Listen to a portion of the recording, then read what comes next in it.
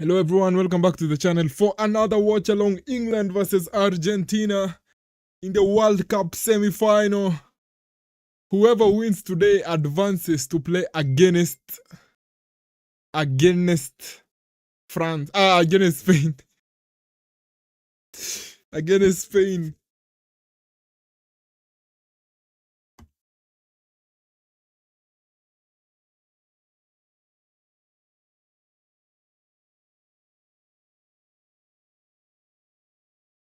Kidogo, I'm looking for the link. Bado nilikuwa capitalism. I was still in the capitalism world. So just give me a few minutes, I adjust the TV. How have you guys? I know some of you are so sad because because Spain won yesterday, but don't worry. Guy, mbona sioni anything? Unajua nilieka a new launcher on the TV, so I'm having a hard time navigating. Where is it? We are good. We are good. We are good. We are live. We are watching. We are live. We are doing well. Kidogo.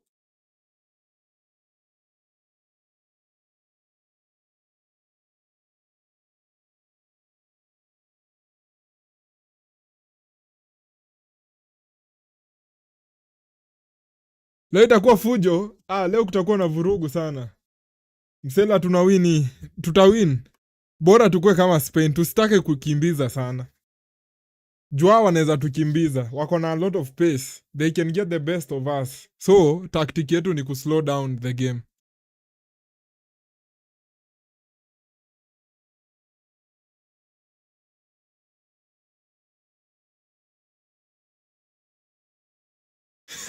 Referee ni proud. Referee, the American referee. The American referee. Messi anasema mnataka tucheze mbaya. Mnataka tucheze mbaya. Messi anauliza hivyo. Mnataka tucheze mbaya. England mnataka kucheza fujo. Mnataka tucheze kiatu. Usicheze kiatu na timu za South America, bro. Acha tukue professional. Mark Gehi.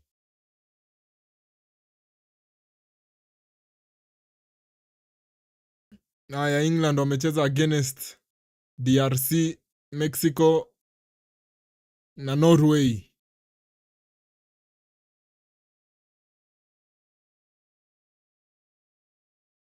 How are you guys feeling? Enzo isn't thrilled about playing in Atlanta, Georgia.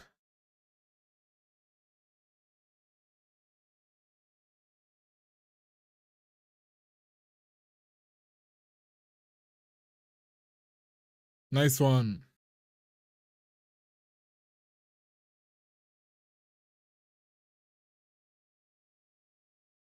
Gehi anarudishia Pickford.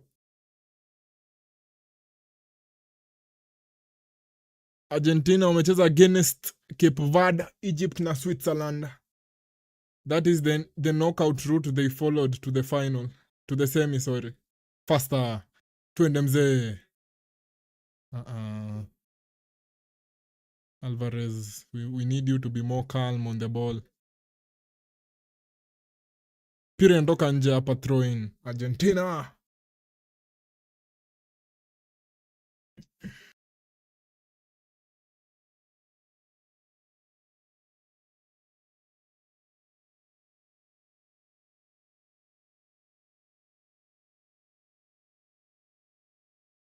Nanuel Molina. Fanya blanda hapa Nanuel. Giuliano Simeone against Jared Spence.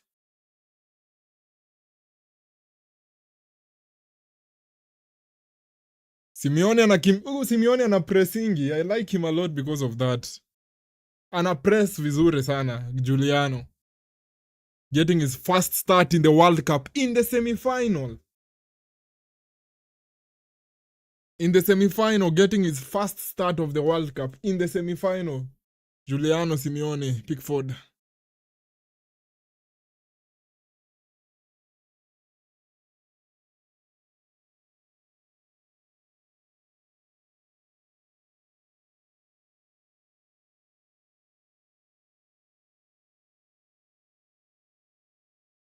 Rogers against Taliafico.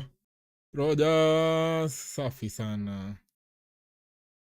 Bana hapo angeka Medina hapo. I'm thinking hapo kwa Taliafico. Ama should we be worried about Taliafico hapo? Should we be worried about Taliafico ahead of Medina? I would have been more comfortable with Medina kwa sababu Medina anaweza keep up na mse kama Rogers. Tutoe. Bana Taliafico ana mark aji Hurricane.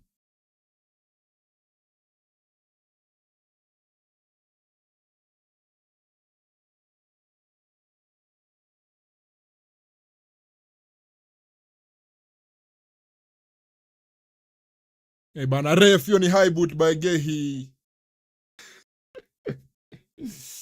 Ni high boot by Mark Gehi. Stones anaanguka peke yake. He should be more robust. He should be stronger.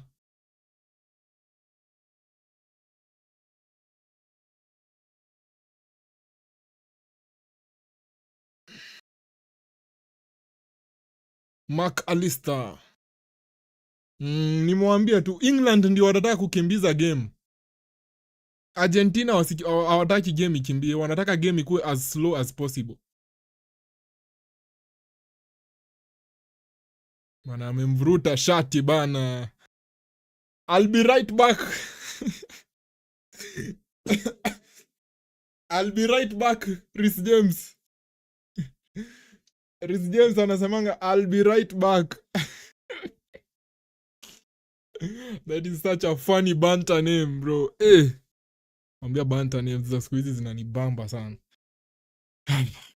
Romero. Lionel. I think Anderson ndiye atakuwa na man mark Messi the whole game.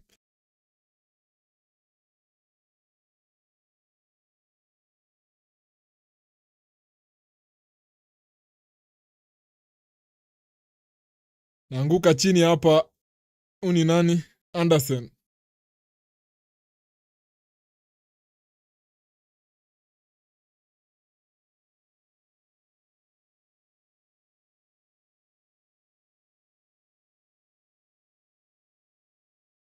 Good win ball the back faster. Twende tuliza. Referee bana, game itulie. Hatujacheza for 2 consecutive minutes. Hatujacheza for 2 consecutive minutes ref. Ferran anasema Medina bana, but wacha tutulie. Unajua England wako na very good attacking options, akina Saka. So wanaweza eka players wenye wanaweza kimbiza game. So wacha hata sisi we put some of our cards in the pocket. There was a guy in your class alikuwa anaitwa Eric. Hapana. Achana na Eric. Eric tulikuwa tunamweka dakika ya 70. Game tukiwa 2-1, wase wa For Green walikuwa wanaumia sana against Eric Muru. Tuko 2-1 against For Green. Na For Green wameanza kutupea pressure. Tulikuwa tunaweka jamaa anaitwa Eric. Eric alikuwa anatoa.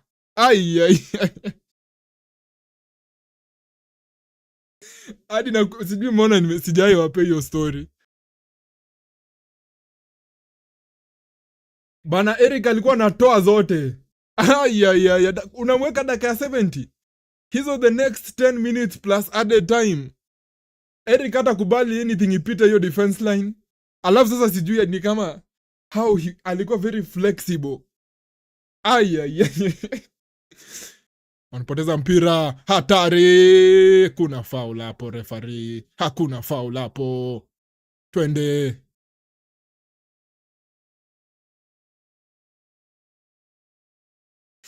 Hii game itakuwa very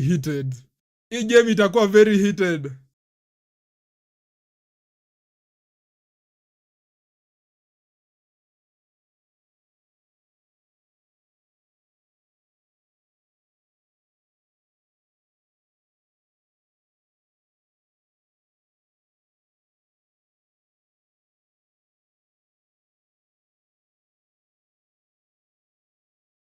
Anderson hataki Enzo asimame. Inakwambia hii game itakuwa ngumu. Referee needs to keep control.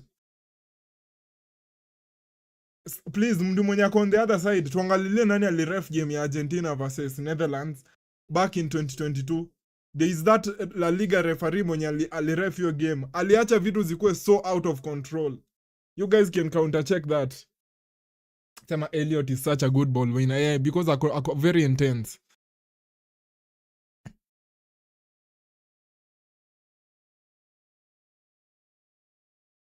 But sidhani wana man mark Messi. They are marking him, but they are not man marking.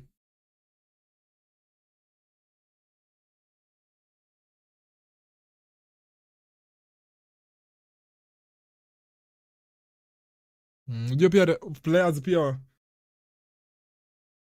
Oh, nilikuwa nataka kusema about Eric. Eric alikuwa mse very, very flexible. Unaona ball yote, hata ball ipigwe na which kind of. Unajua kuna venye ball inaweza pigwa vibaya kuja kudisorient in the way you position your body. Sasa mimi sikumbukangi Eric akisuffer from you. Alikuwa anaweza kutoa ball zote zenye zinakuja whichever angle, kama ni ya juu, kama ni ya chini. Alikuanga anaweza kutoa anatoa wase wa for green waliumia. Enda uliza wase wa for green venye for green walikuwa wanaumia sana at the hands of Eric. Walikuwa wanaona Eric anaingia game dakika ya 70 wanajua hii tusha lose.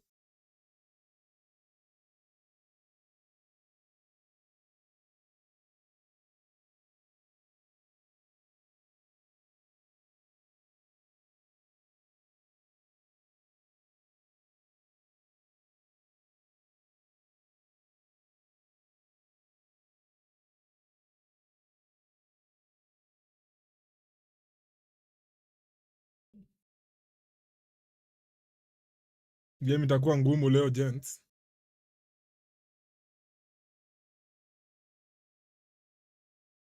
Hatari. Ata cutback kwa Hurricane. Atapatia Hurricane. Nice one, Gordon. Today is the kind of day we don't want Gordon to have a good game.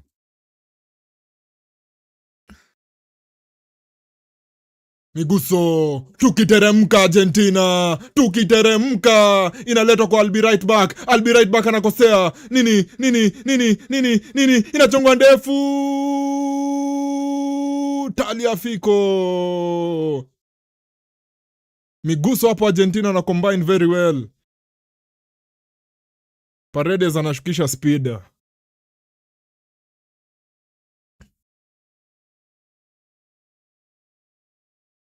England, everyone behind the ball. Tuliona venye walidefend against Mexico.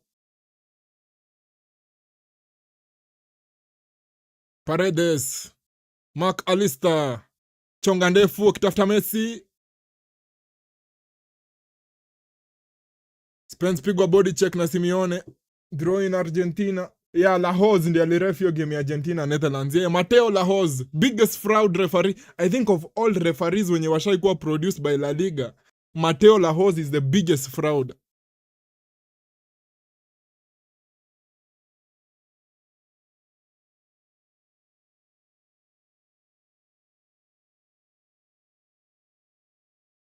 Piga Bellingham kiatu. Kuna masaya kungoja. Paredes anaachilia umbwa. You let the dog out. McAllister, chenga ya mwili. Messi, pelekwa chini. Referee anasema hakuna kitu. Bellingham ana win ball back. Kuja hapa England. Chini ya mguu wake Hurricane. Hurricane anapelekwa chini hapa. Ni si Hurricane, ni Gordon.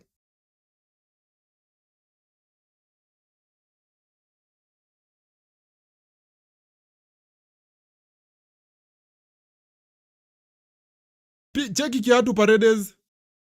Kiatu inapimwa. Hiyo si foul, Jude. Kiatu inaachiliwa inatembea. Hey.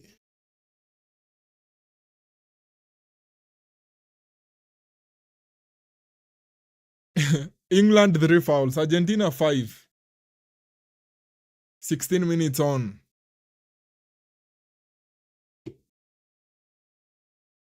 I'll be right back. Elliot Anderson. I think we will just see this frequently. Enye one team inakuwa na possession for kama 5 minutes, alafu possession inaenda the other team. The other team inakuwa na possession for 5 minutes, inarudi to the other team. I think they will do that a lot because I think both teams ziko na very technical players.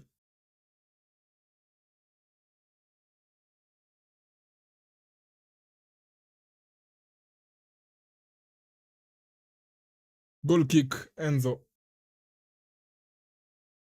I think Ricardo de Burgos ndio the most fraudulent referee.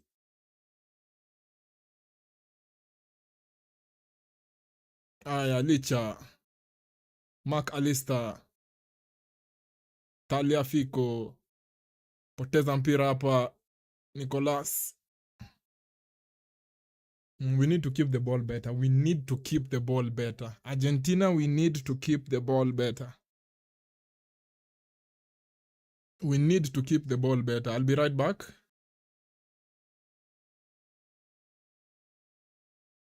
Morgan Rogers hajazoea viatu.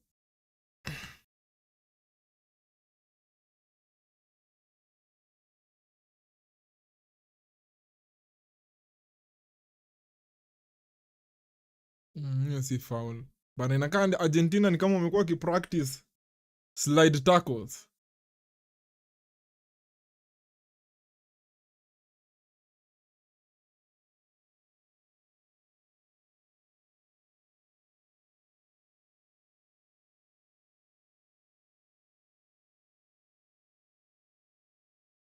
$18 minutes on.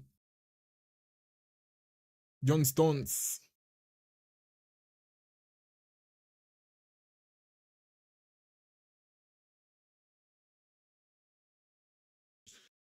No space or time. Draw in England.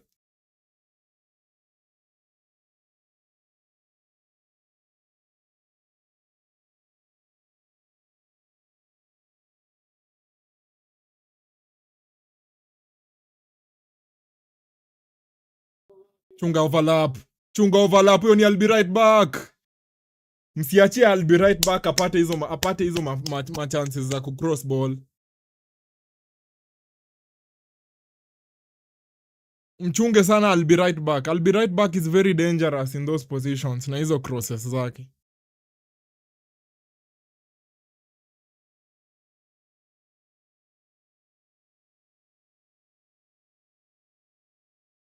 Messi, zungusha mtu, chukua mtu body feint. Ball imemtoka. Fans wa England wanafurahia na hiyo story.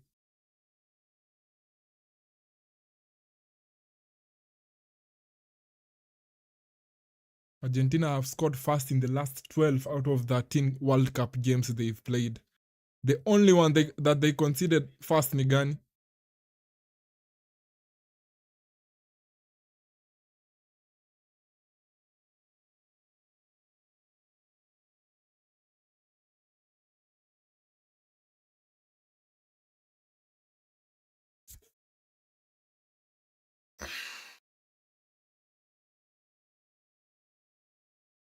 Messi offside.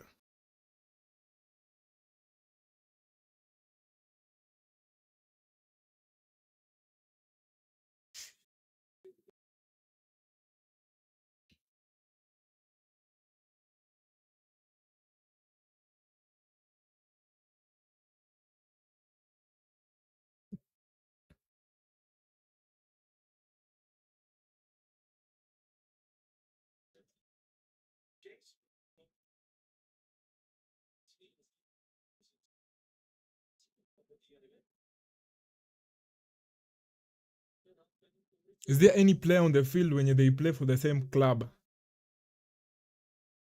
Is there anyone on the opposite side that plays for the same club as the other one? Like kuna player wa Argentina anacheza the same team na player wa England.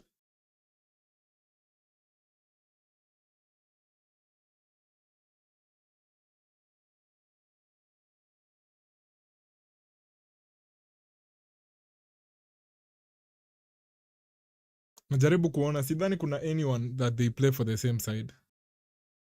Lovely ball, Paredes.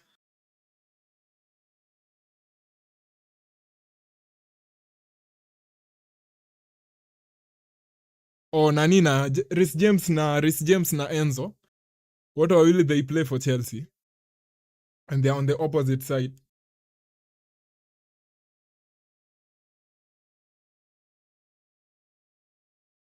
Au peke yake, Chelsea peke yake ndio iko na players from Spurs, Moreno. Kumbe ni wengi. Spence na Moreno wako Tottenham, Rogers Martinez wako Aston Villa. Okay, I get you.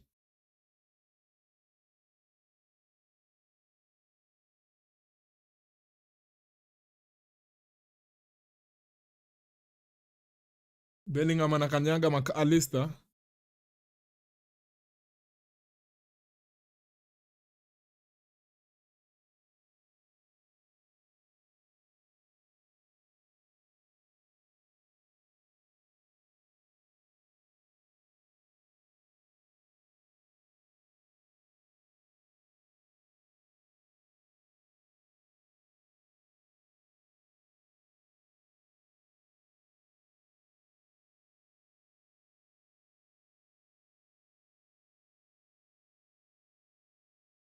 Giuliano, Simeone analeta kitu. Kona Argentina. Kun Aguero. Lavezzi pia ako area. Mascherano used to be one of my favorite players. Ile time yenye alikuanga Barcelona. Very very clean.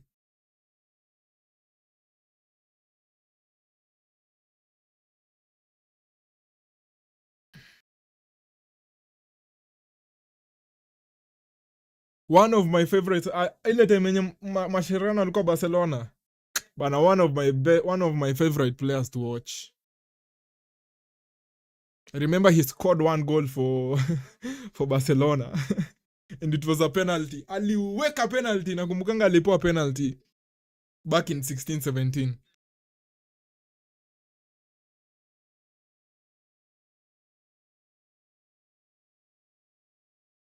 Foul gani?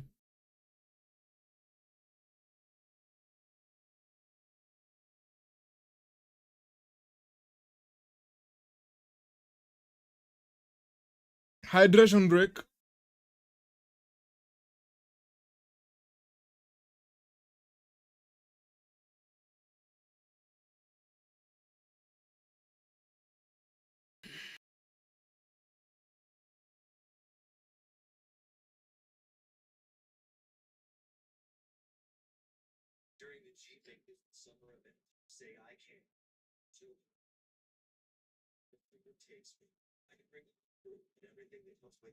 The first 24 minutes imekuwa very intense, to say the least.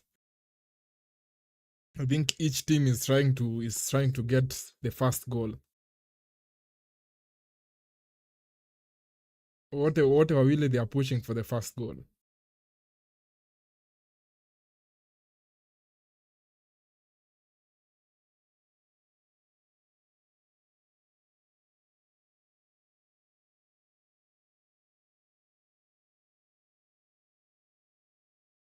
Executive report.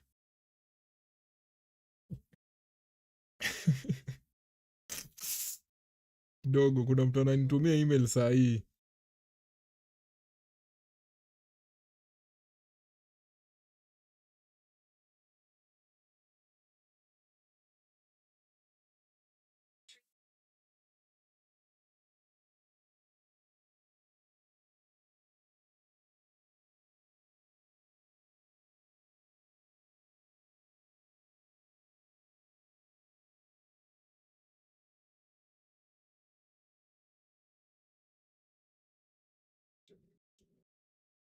Jemo na racist. Chana, usiseme vitu zenye ni allegations. You don't have evidence on what you're saying.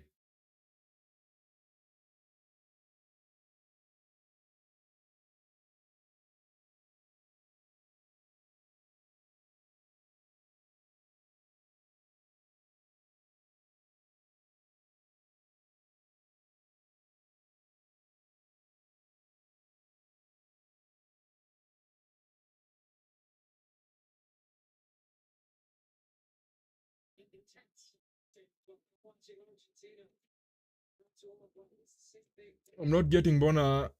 Rogers got the nod at right wing. I think they would do with someone getting at Taliafico. Your capitalist friends hawajui uko in my hawajui niko in my other endeavors. But yeah, Mimi, I kind of understand why they chose Rogers, because Rogers akona more pace and power than mtu kama Madueke. Alafu Rogers akona ability ya ku get into the box, especially considering that they are playing with Reece James as the right back. So Reece James anaweza find himself in those wide positions. Ay, Messi! Messi, the ball wasn't meant for you, bro. Angeachia Enzo Lionel. England wanajikuka hapo kidogo.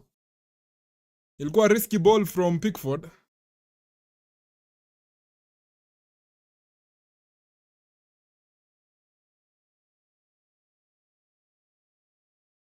James anagonga McAllister, alafu James anasema ni foul.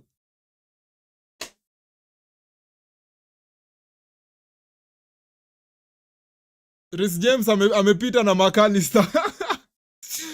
Bana, wanaonea hao players wafupi sana. Hao players wafupi ndio watakipata hii game. Kama wewe si body, hapo unaweza umia.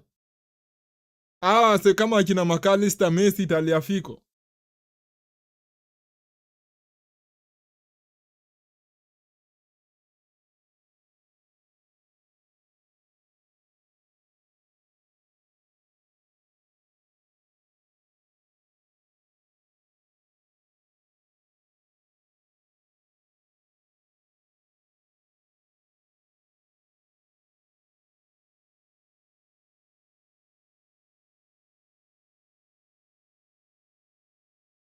Enzo safi.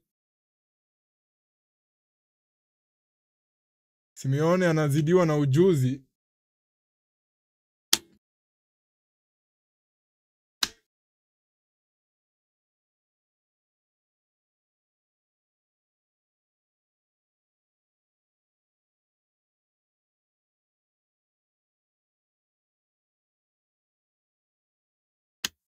Drawing England.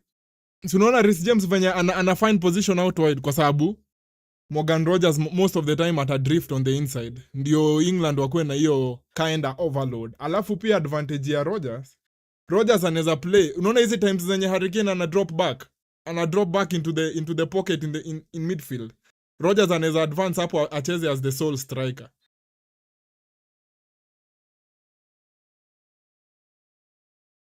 Rogers anaweza kuwa na drift back into the box, anakuwa hata striker during such occasion. So he's very versatile.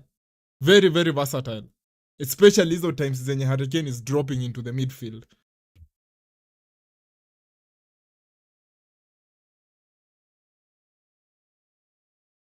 Safi sana muchachos. Kata. Twende.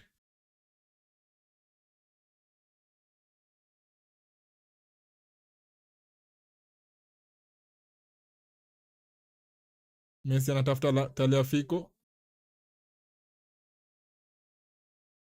Very tactical. Hapa ni very, very tactical hii ya leo. Molina advancing. Paredes hizo ball lazima zikuwe accurate mzee. Paredes hizo ball lazima zikuwe accurate. Hizo zenye una switch hivi. We need very, very, very accurate crosses.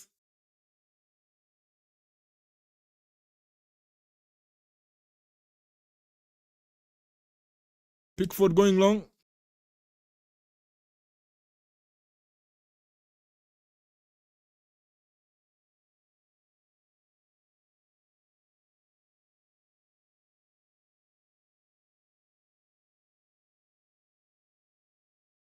Bellingham anapelekwa chini. Simeone anani concern kidogo.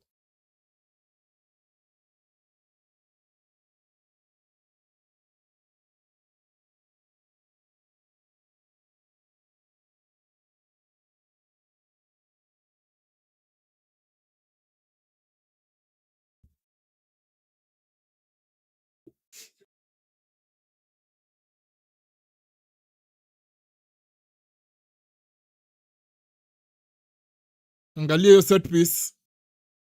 Angalia hiyo set piece.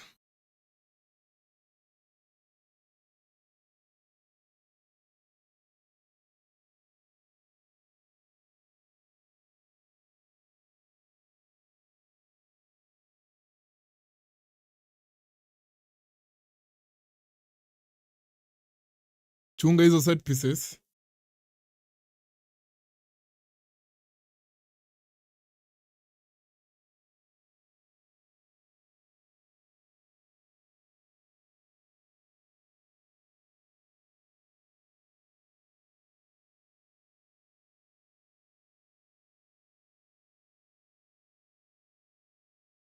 Bana Rogers angalia venye anasukuma tali ya Fiko.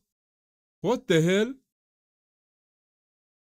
What the hell was that? Hiyo inafaa kuwa inafaa kuwa foul.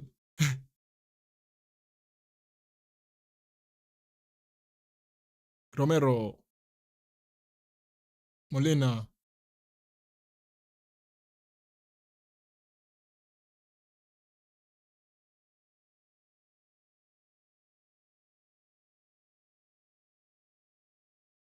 Simeone anapeleka Gehi down.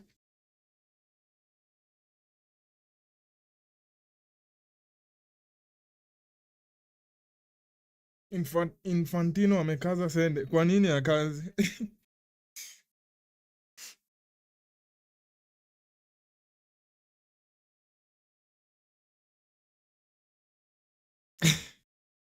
Wase wa England hawajazoea last time England ilicheza against a South American opponent ni lini? Other than do we classify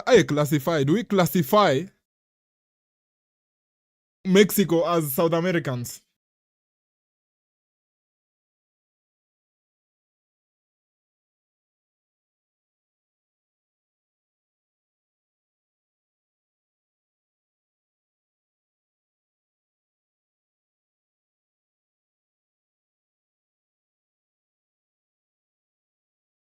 Hatari, fall back Argentina. I'll be right back anachonga.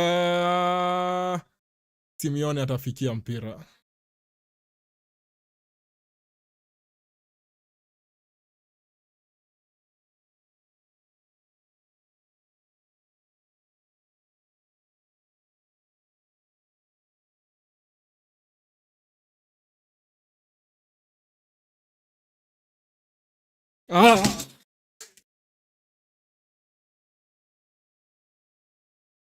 Hizi foul za ufala ndizo spendi.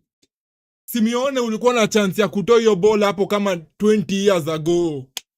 Simeone asirudi second half.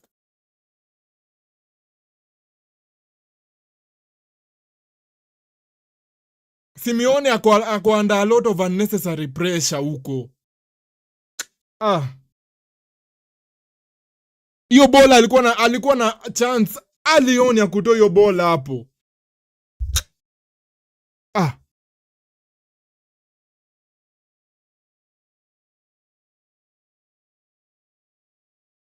Alikuwa na chance ya kutoa hiyo ball kitambo sana.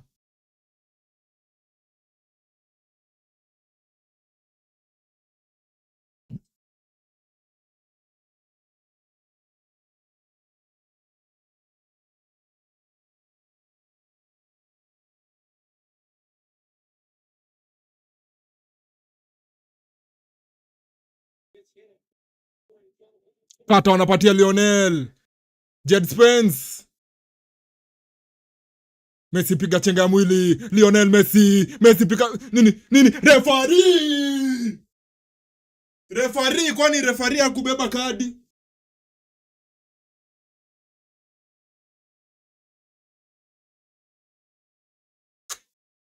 Bana. I wish tungekuwa huko Atlanta tukiwatch game live.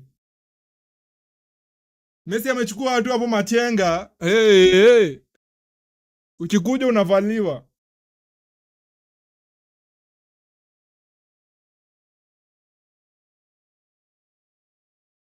Ukikuja vibaya hapa Messi anakuchukua. It doesn't matter 29 years, 39 years, 19 years old. He's still doing it. Referee anatoa kadi ya kwanza, yellow card.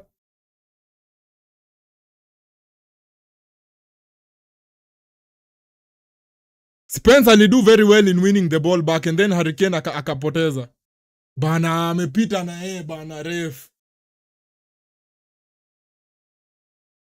Hata Spence ndiye amemgonga kwanza. Si Anderson. Spence hata ndiye alicommit the initial foul. Very very cheeky hapo Spence. I think Spence hata ndiye alikuwa anafaa kupewa yellow.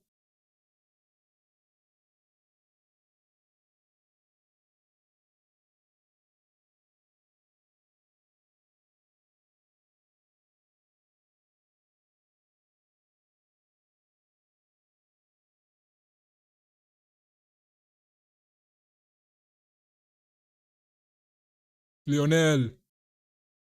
Fungua mguu Enzo. Piga kitu hapo inagonga post.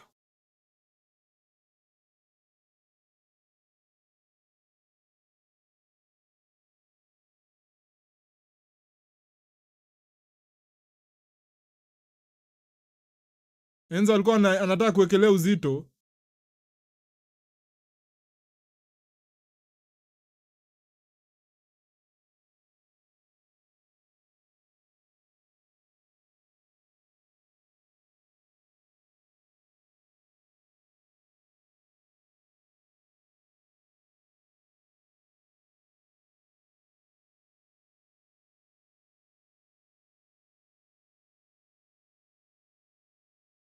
Two shots for Argentina, one for England.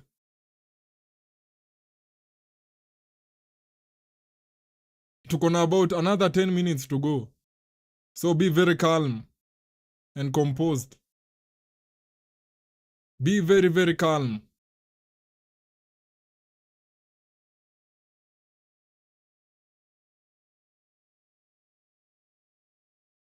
England hawataki kupress at all. I think both teams ziko very careful about being caught out in out of possession.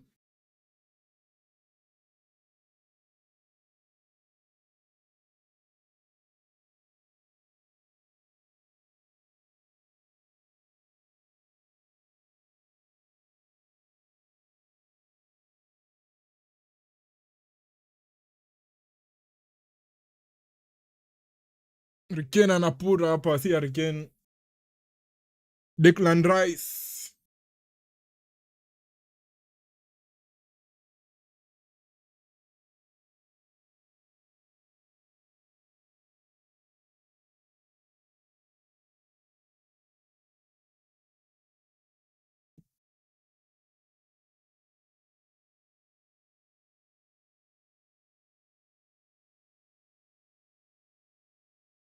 Alvarez.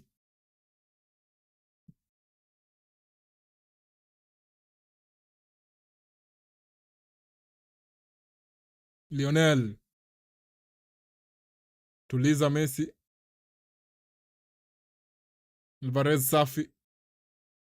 Patia Tagliafico. Alvarez.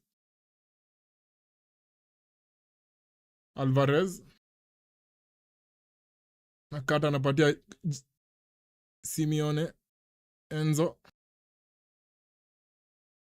Romero anaongeza speed kidogo. Messi. Enzo.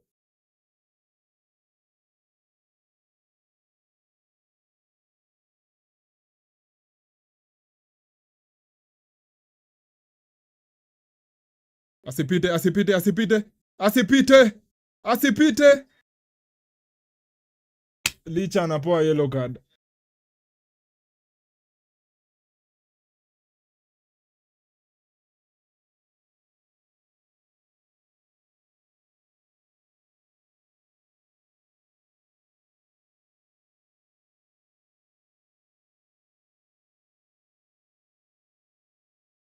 Lisandro pigwa yellow.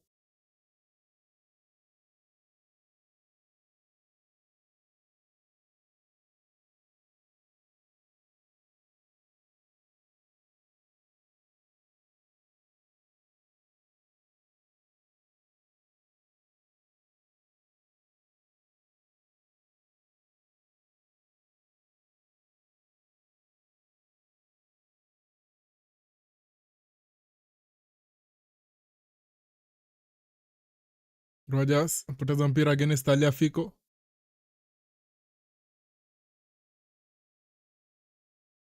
I think Simeone anapick anapata very very wide space ile side ingine, side ya juu, but sasa hakuna mtu mwenye anapick out hiyo ball vizuri. Anderson draws the foul.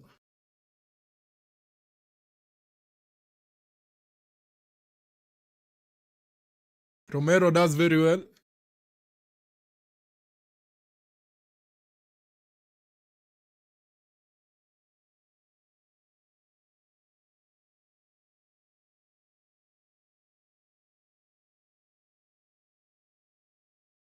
Safi sana Alvarez. Safi sana. Alvarez ananifurahisha the way he's dropping back kusaidia. Ana drop back tu vizuri sasa nye England wameweka pressure.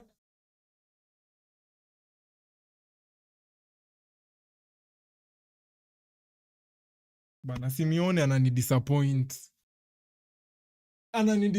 Jusa kama hiyo bole yenye amepigiwa anafaa kuhold. Msijui mbona he's so eager to go down.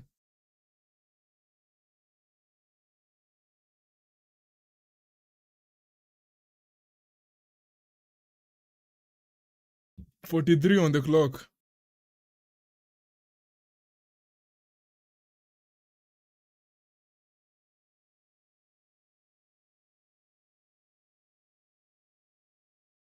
Pickford is left-footed. Am I right-footed? Left-footed.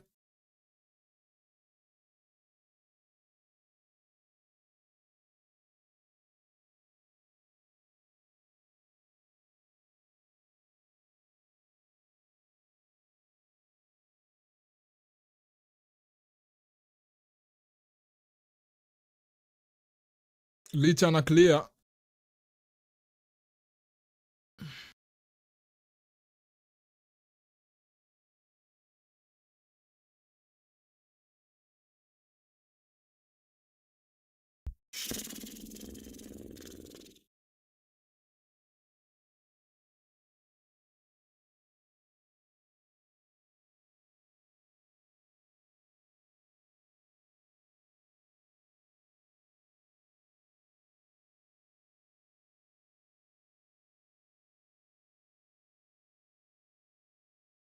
Rushwa ndefu.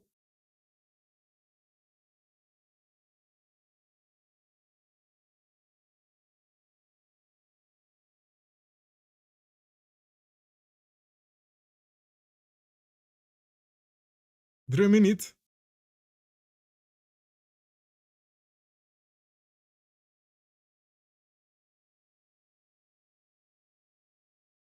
Chunga.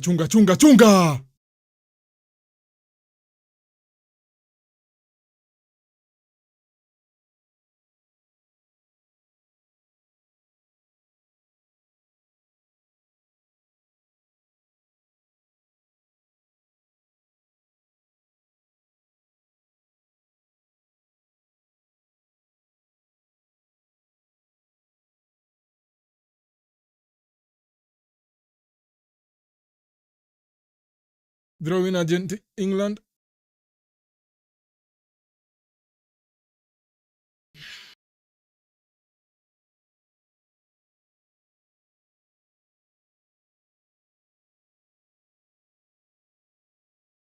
Of course Pickford is left-footed.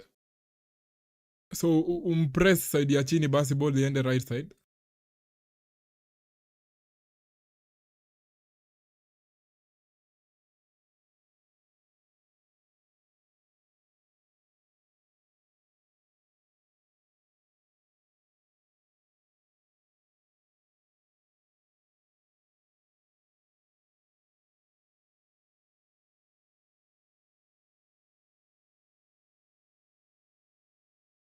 Nabidi warudi kabisa kwa Pickford.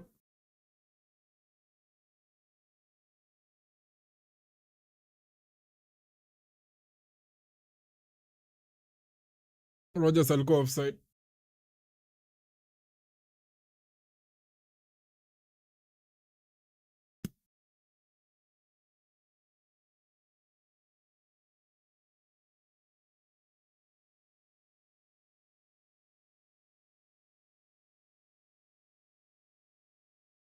What do you guys think about jerseys zenye ni long sleeve na short sleeve?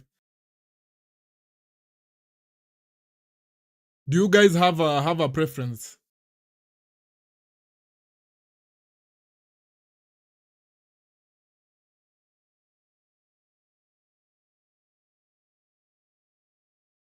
Because I think kuna wase wenye nini looks good on them. Kuna wase wenye hiyo si high boot ref.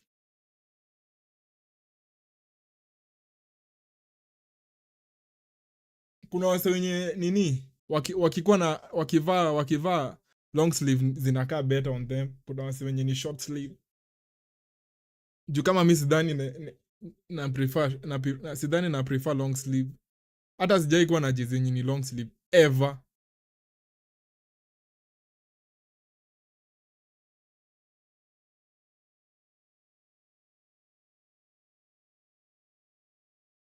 Chezo na kuisha hapa center referee. Puliza kipenga.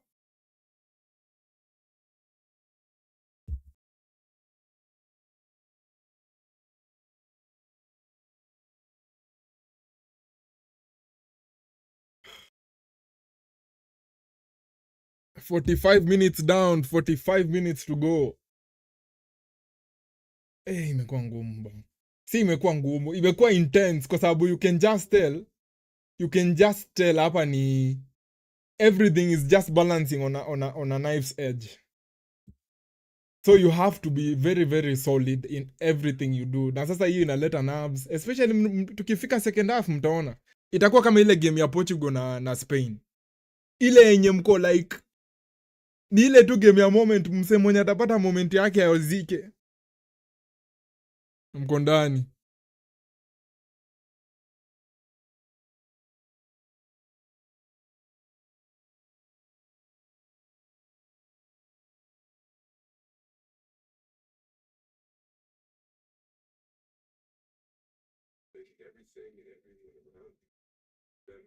Messi anauliza referee mbona hawajapewa penalty. Messi anaambia referee kama wanalilia kona ungewapatia kona yao wapige tuone kenye watafanya. Hiyo ndio kitu yenye Messi anaambia referee.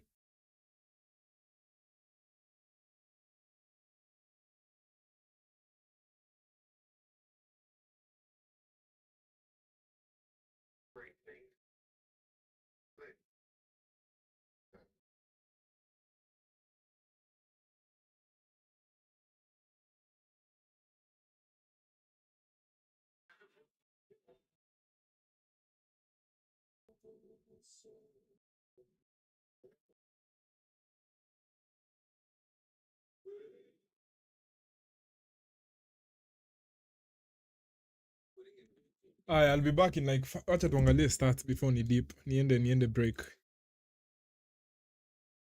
I'm really becoming an ank. Wacha tuangalie lineups. Pickford, James, Stones, Gay, Spence.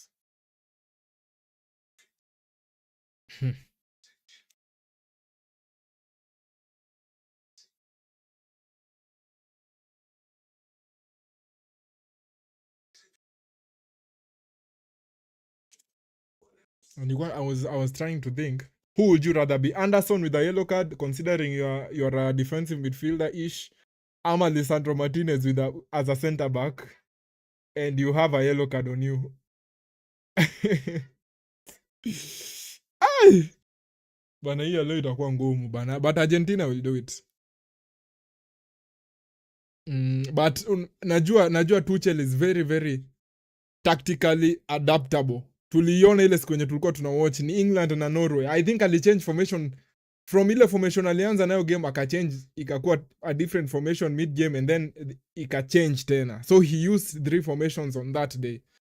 So yeye anajua anaweza adapt. Alafu pia tena ukiangalia bench yake iko na mse kama Eze, Saka, Rashford, Madueke. So hao wako na very good options off the bench. Now Argentina ni timu yenye for me I think Argentina has good players. The 11 players on the field plus like 2 or 3 other off the bench. That is how Argentina has always been, even through the years, even times zenye walikuwa na sort of good team. I think this is the best team they've ever had. But unaweza ona 11 players plus 2 or 3 other good players on the bench. Sijui mbona Valentin Barco hajacheza. I was very impressed with him, but maybe Scaloni anaona in terms of experience, hana experience hapa in this high level. But Lautaro is there.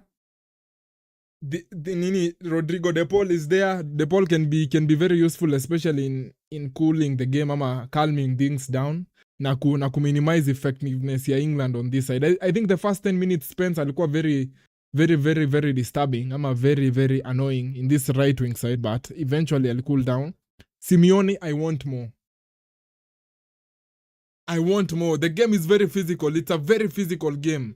But Simeone kuna two or three times Simeone amefind very good space huku. And then unaona that kuna mse mwenye hampati.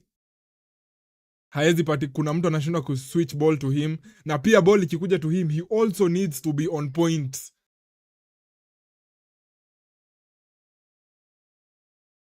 There's a lot of tension in this game. So Simeone, be very composed. Ukipata chance his side.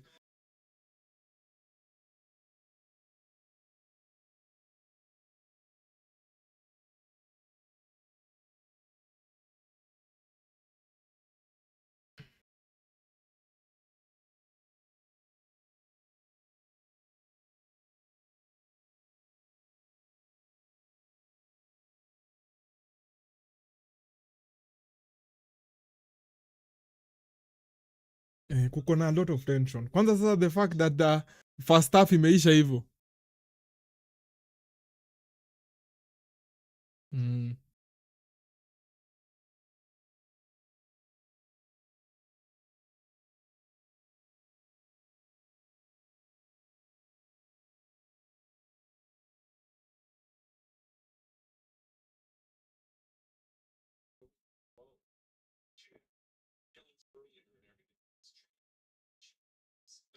Referee ako na kazi hiyo. Second half itakuwa very critical.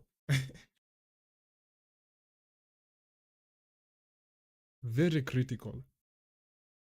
So Argentina need to calm down kidogo. I think wanaweza provoke England, but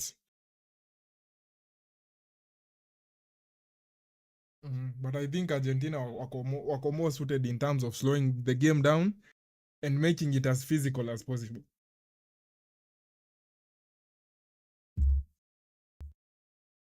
For the big second half coming up, let me take maybe 2 minutes, I'll be back.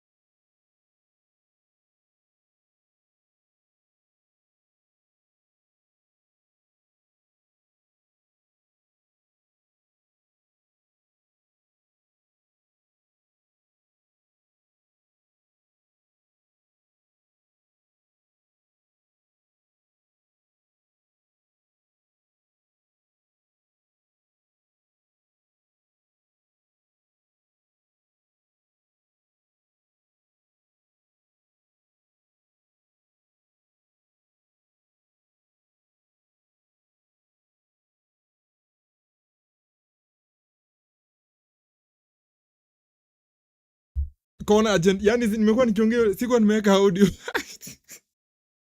2 minutes in, bro, I'm talking to myself. Messi goes short. He will get it back.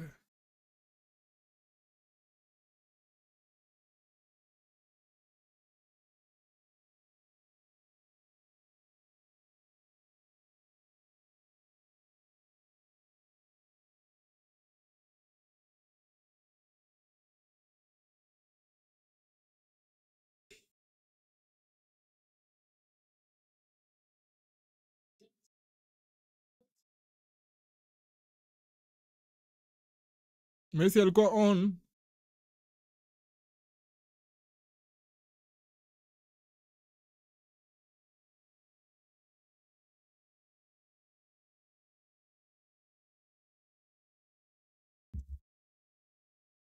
Na ndio maana sipendi kuzimia mic hapa. Hapa kwa nini? Hapa kwa mic. Unaweza kosa kunotice. Unajua hii hapa kuna bars zenye zina move hapa on the screen. So hizo you can tell the microphone is not on. Hii hapa unaweza ongea the whole 30 minutes saying nothing. Pickford.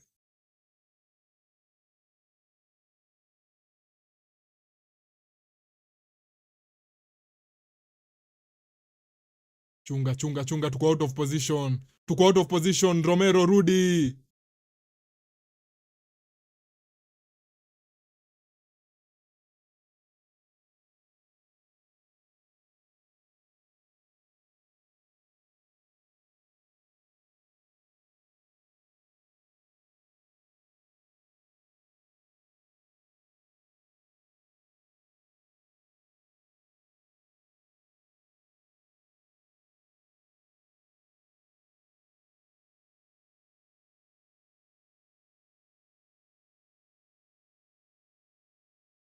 We are losing the ball so easily, Argentina.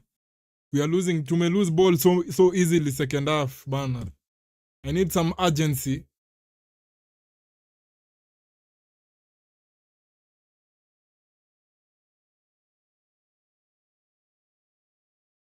Chunga huyo Rogers.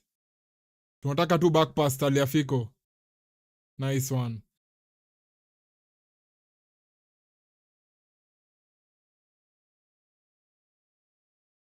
Nice one.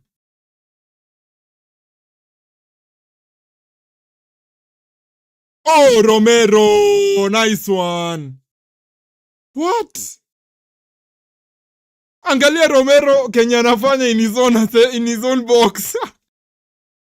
Oh my god. Angalia Kenya Romero anafanya. As calm as you like.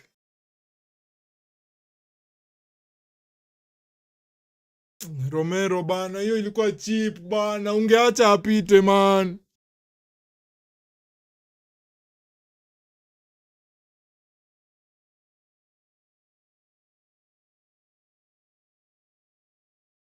Angalia Romero, kuja. But sasa ame-concede cheap yellow card. Ame-concede a very cheap yellow card hapo Romero. Both center backs on yellow cards.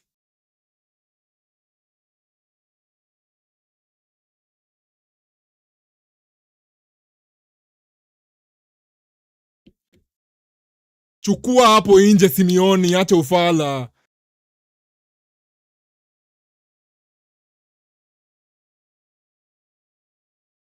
Rudi nyuma kabisa.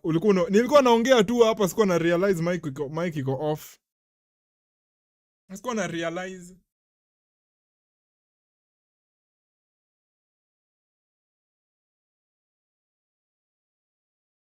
Je,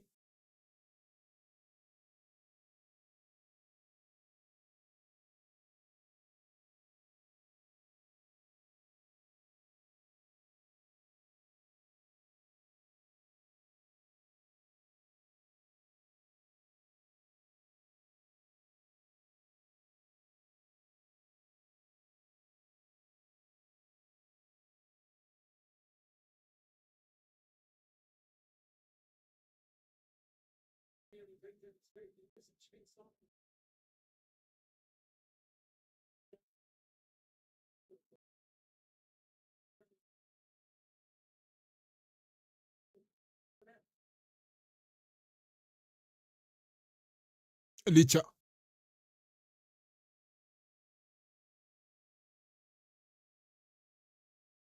Fungua mguu. Alvarez ujue uko na uwezo. Wewe ni msemo mwenye unafaa kuwa unashoot hiyo ball Alvarez. Pima hiyo ball on target vizuri mzee Alvarez. Simeone. Patia Enzo. Simeone.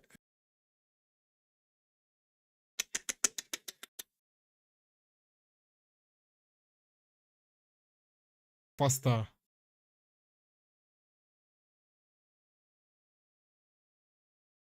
Enzo. Patia Giuliano.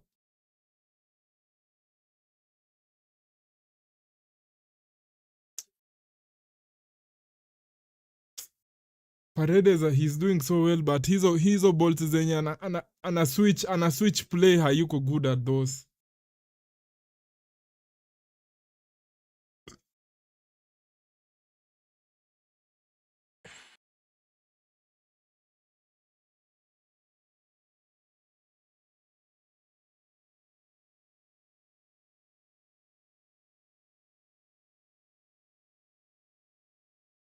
Stones.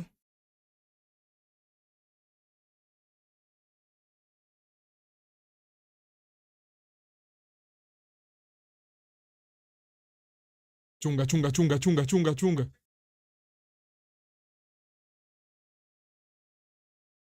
No.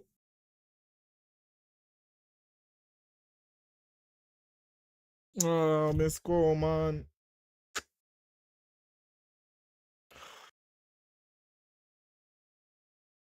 It's such a poor goal, man. In transition, man.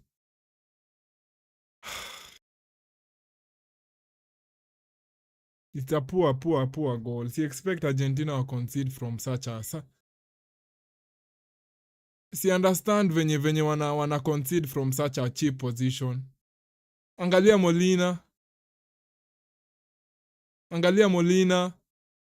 Bana Molina, man. What is Molina doing, man? Ay.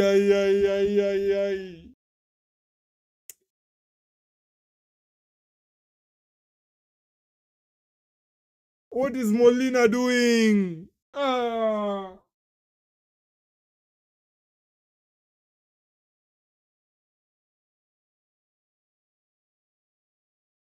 What is Molina doing, bro? Ay. That is such a weak way to concede, man.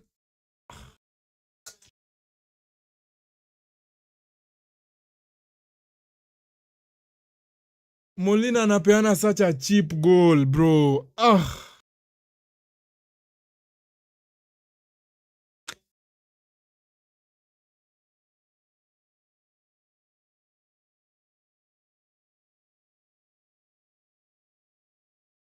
Molina amepeana the easiest goal we've conceded this entire tournament.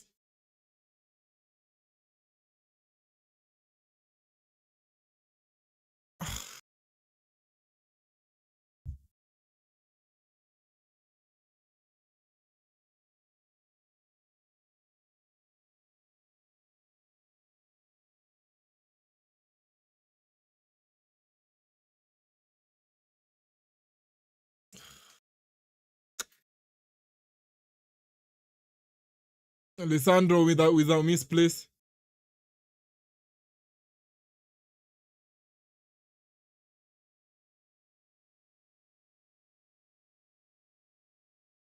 Simeone attack! Simeone! Ay, bana, hizi ni gani bana? Ni mafala wagani wanacheza hapa? Bana, jamaa anapata one-on-one anashindwa aje kutake advantage.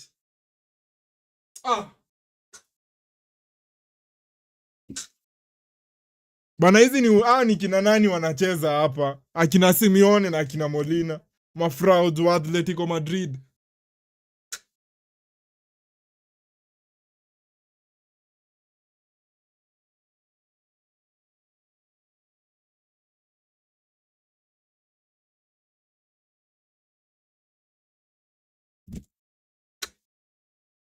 Bana jamaa anapata hiyo chance na ako ye venye yako quick anashindwa kuact.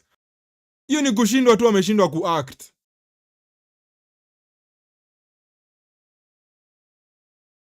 Messi.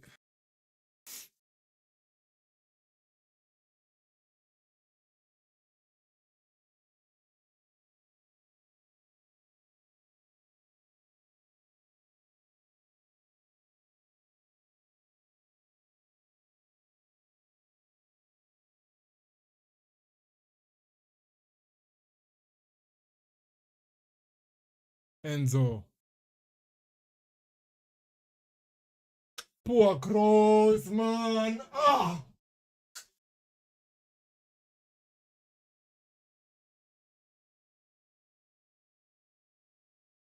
Angalia bao wenye Molina amepeana. Just angalia tu, just look at what Molina has done.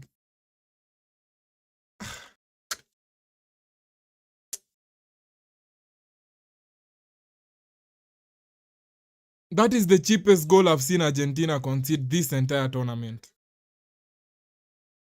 That is the cheapest goal nimeona Argentina wameconcede this entire tournament. The entire tournament.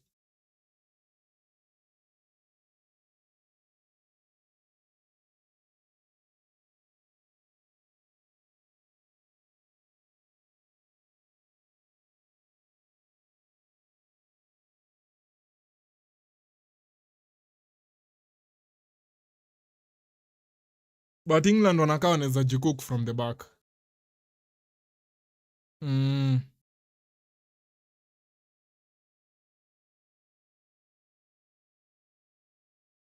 Wanakaa ni kama they might cook themselves hapo kwa box yao. They look very very nervous.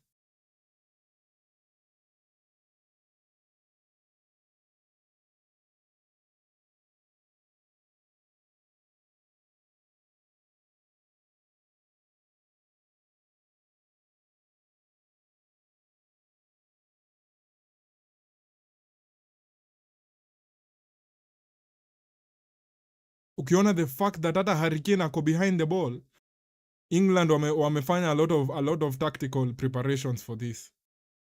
They prepared very very heavily to suffer. So Argentina everything, let everything go.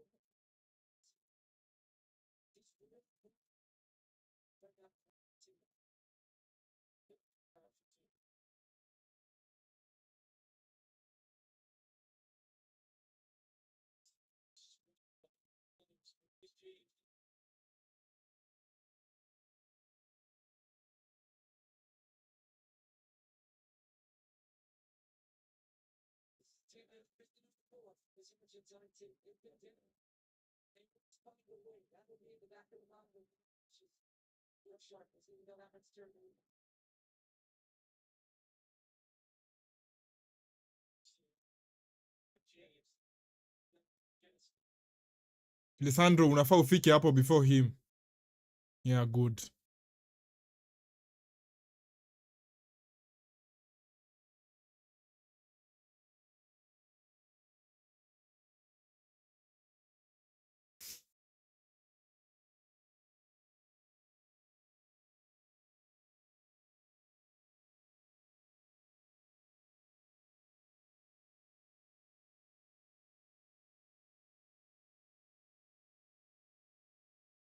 Watatu watalia fiko.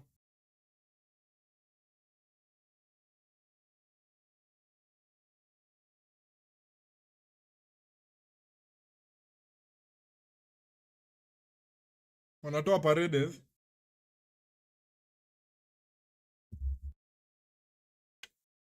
That's a very...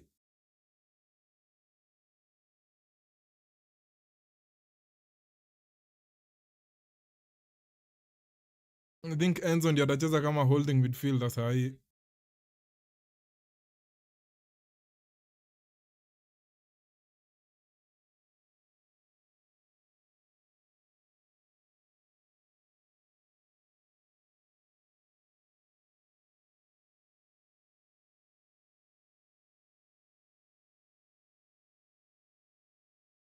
Faster kwa Nico Gonzalez huko juu.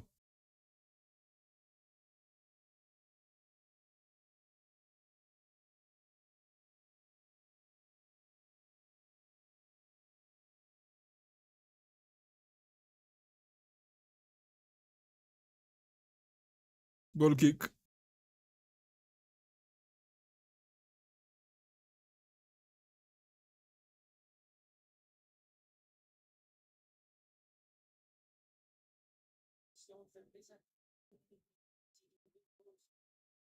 Stones with a good clearance on the near post.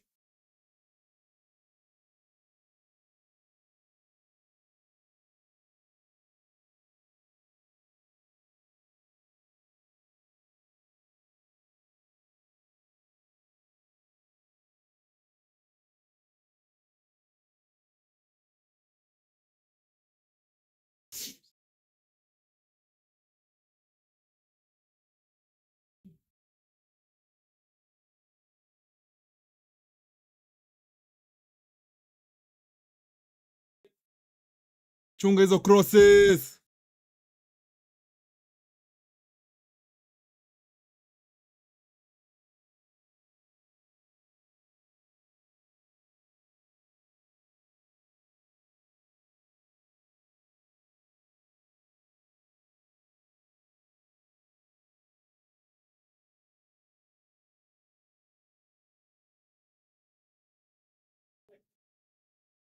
Bana, hiyo ni yellow card ref, man. Mbona namvuruta shati?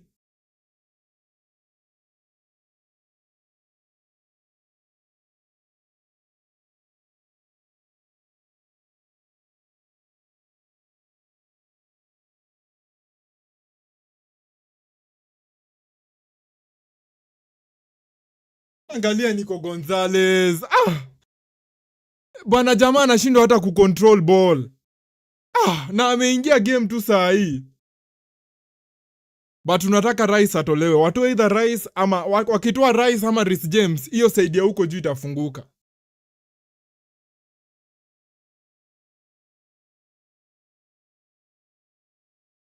Hiyo side ya huko right, their right wing side itafunguka.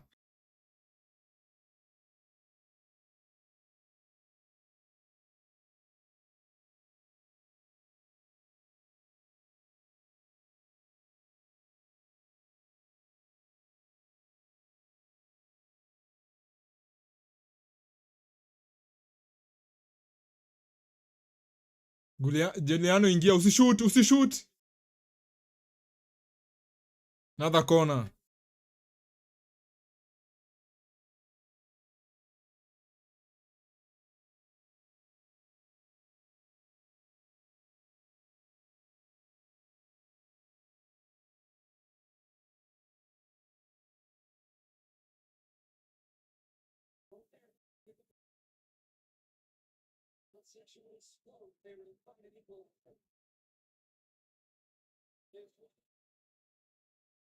Pickford ametoa.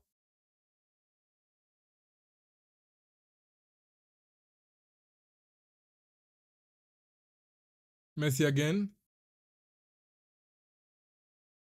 Nani huyu analetewa ball poa hivyo anashindwa kushoot? Bana ball inakuwa crossed hivyo vizuri, hakuna mtu hata mmoja anaweza score from there. Angalia amepiga ball direct kwa goalkeeper.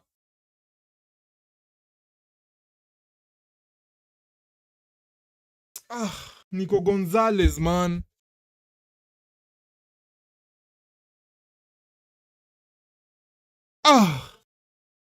Anapiga ball direct kwa goalkeeper man.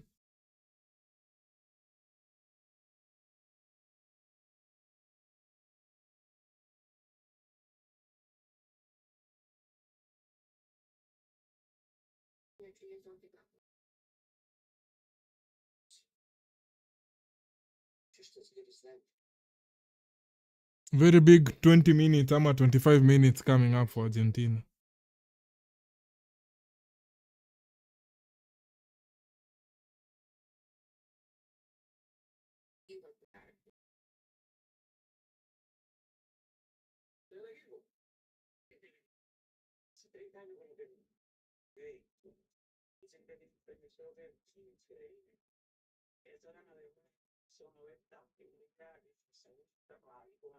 Big second half hapa for big who spends aache kusag anadhani bado yuko Kenya.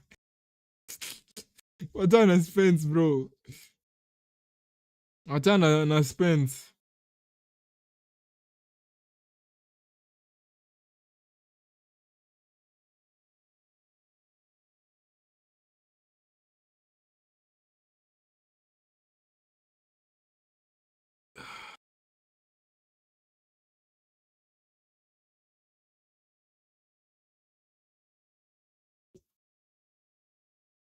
We can still do it.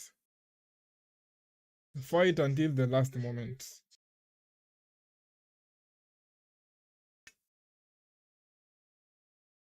Yeah, Nico Gonzalez is the worst player you want in such positions.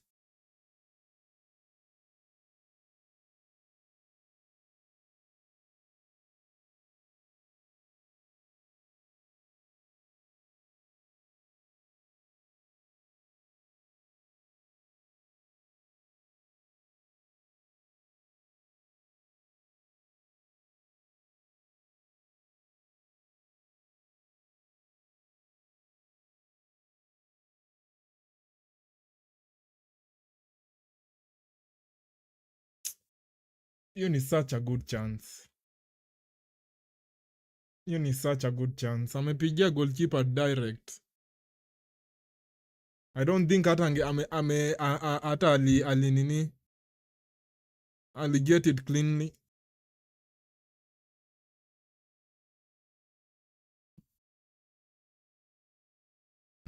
But wametoa godo wameweka Konsa.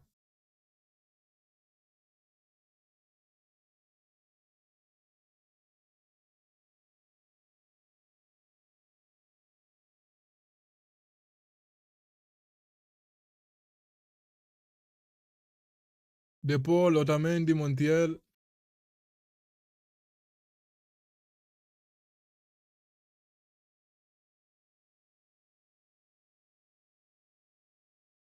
Wata equalize twende ya. Mimi naona wanaweza wata equalize twende hadi nini? Hadi penalties. I think hiyo ndio the most likely option.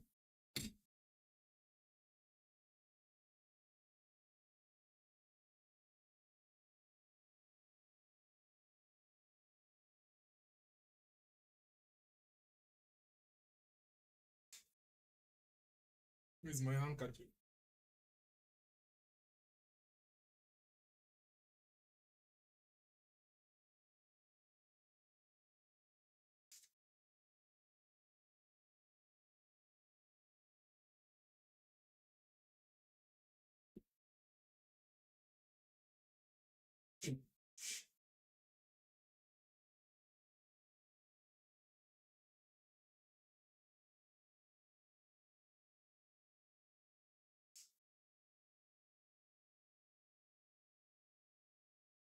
Hapa sasa ni quickly boys.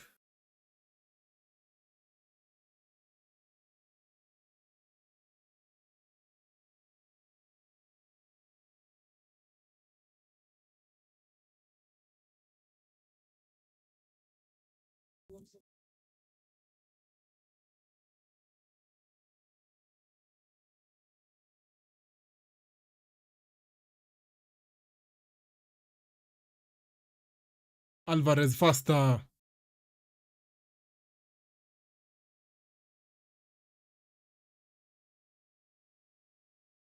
Uzuri ya De Paul kuingia, Messi sasa ataingia right wing kabisa.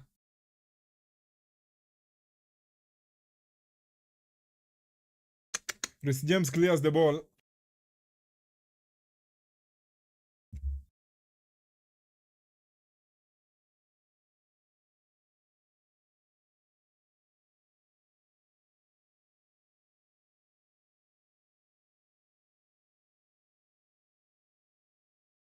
Otamendi.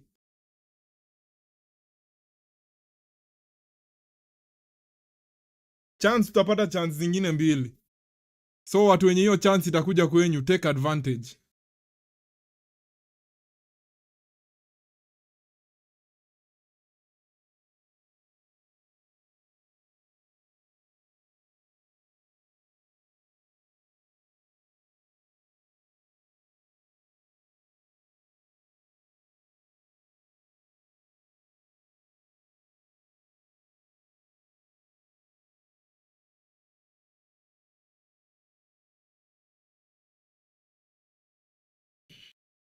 Enzo. De Paul. Gonga post! Alvarez ana miss hit the rebounds.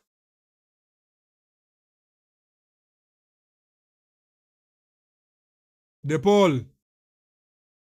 Nice one, Montiel. Hapana. Faster.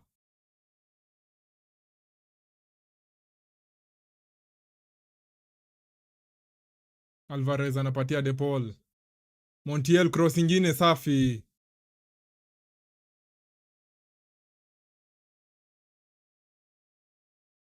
Coach, leta Lautaro. Leta Lautaro coach.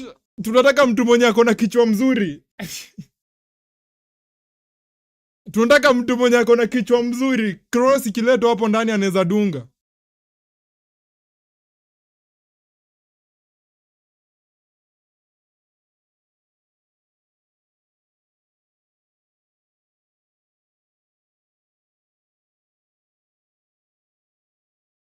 Bana McAllister, you should be scoring, bro. Ay, you should be scoring. McAllister, you should be scoring. Hiyo ni chance poa bana. McAllister, you should be scoring.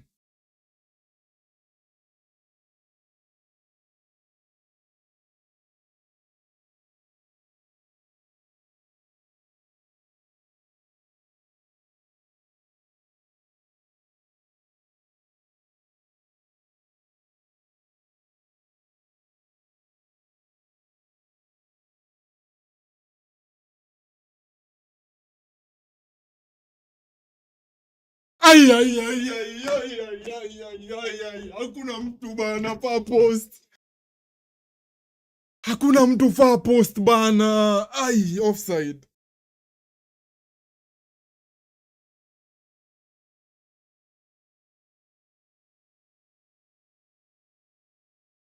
It doesn't look offside for me. Sijui mbona he's going for goal from such a position. Sijui mbona he's going for goal from such a position. Badala yake tu cut back.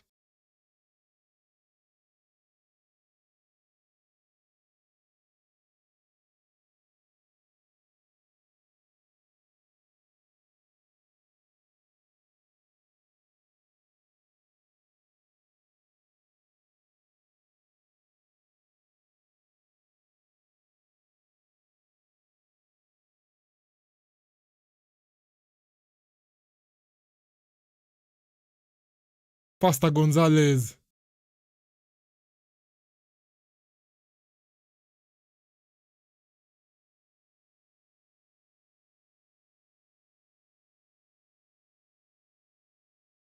Bana amemvuruta shati bana ref.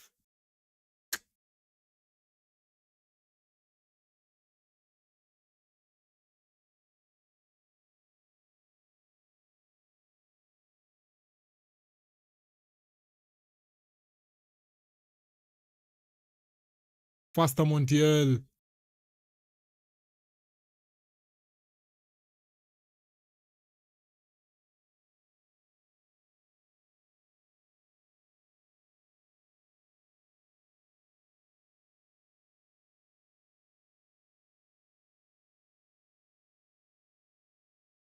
Faster.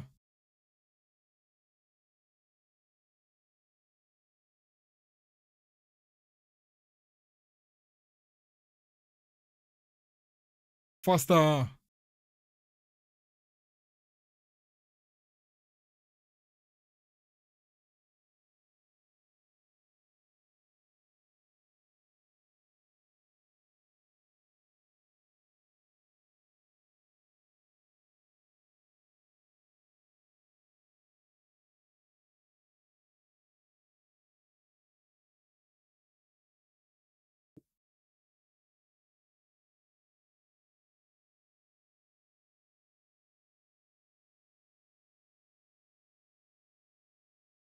Watatoa nani? Watatoa McAllister ama watoe Alvarez?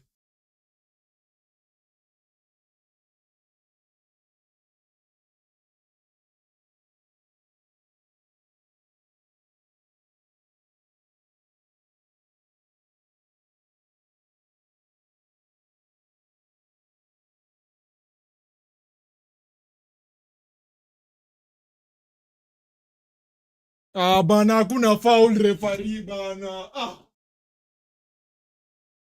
Hakuna foul hapo. Unatafutia tu Hurricane vitu zenye hakuna. Ah.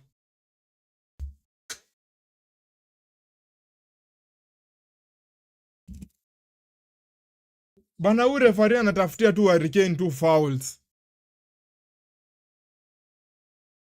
Ai.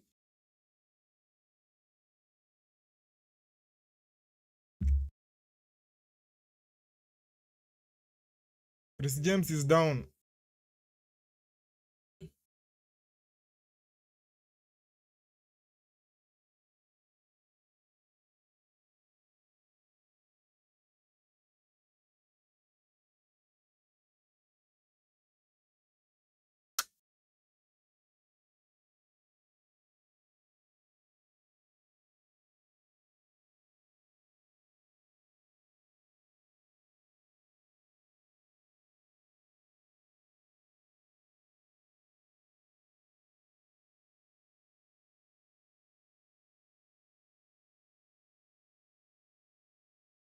Ukiona wameweka Danban.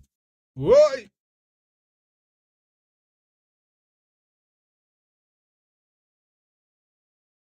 Danban anaingia.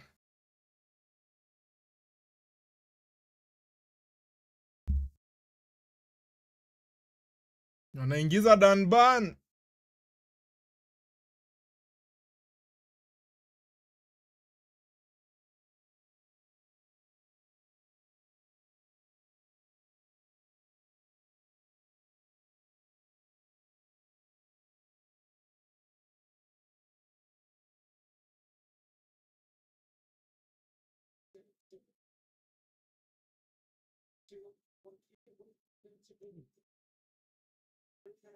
Mi nataka wacheze game ya chini. Hii game ya juu wawache.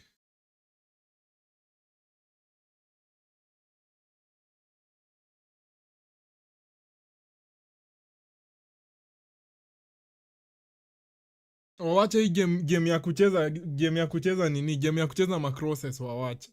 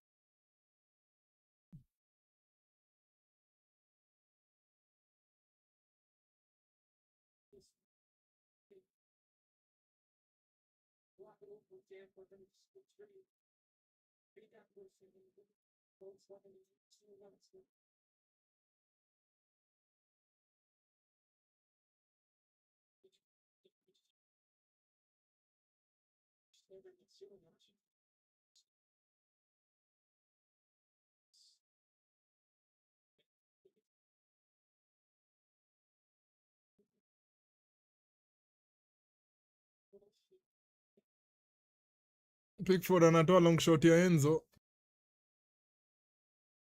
Kona.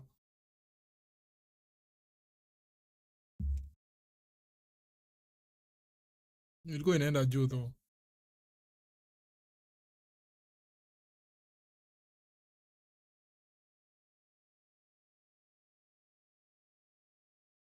Shoot. Enzo shoot.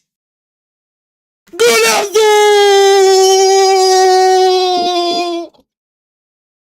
Golazo Enzo! Yes! Yes! Golazo Enzo! Messi asistencia! Messi asistencia! Messi asistencia! Messi asistencia! Golazo de Enzo! 1-1! 1-1!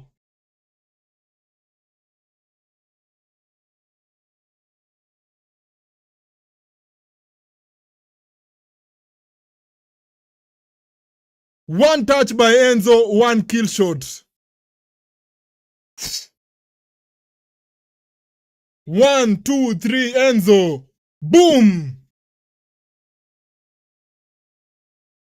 1-1.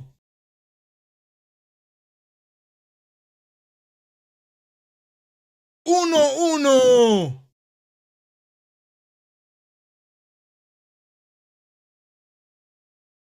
1-1. Acha tuwanyamazishe.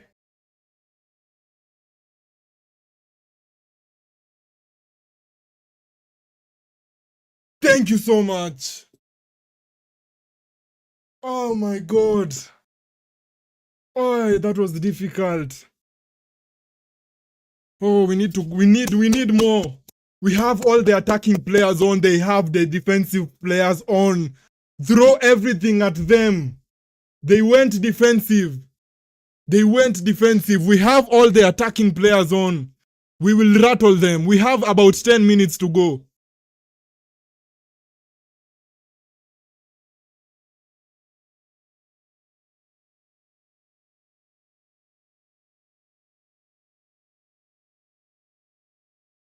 But England wako na 2 more substitutes.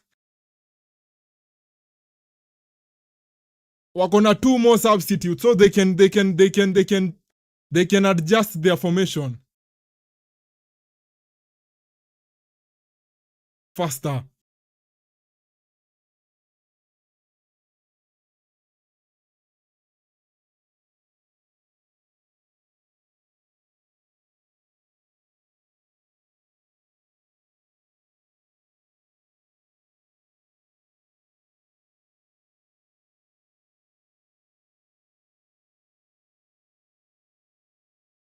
Lionel Messi,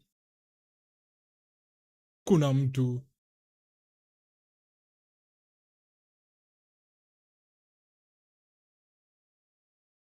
Hakuna, kwendeni huko England.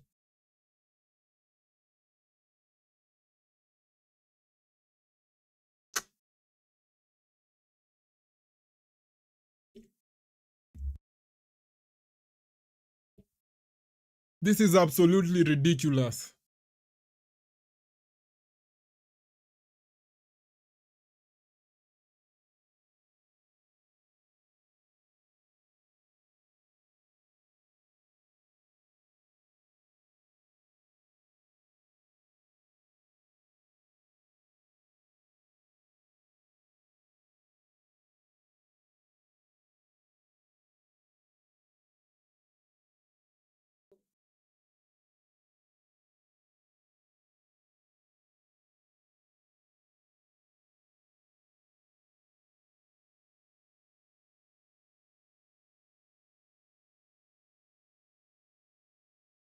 Oh, that's a beautiful goal by Enzo.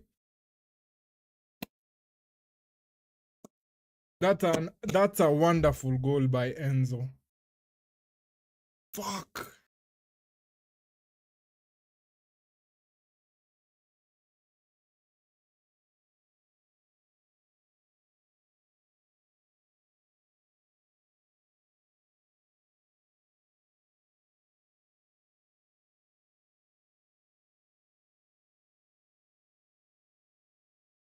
Game iendelee bana.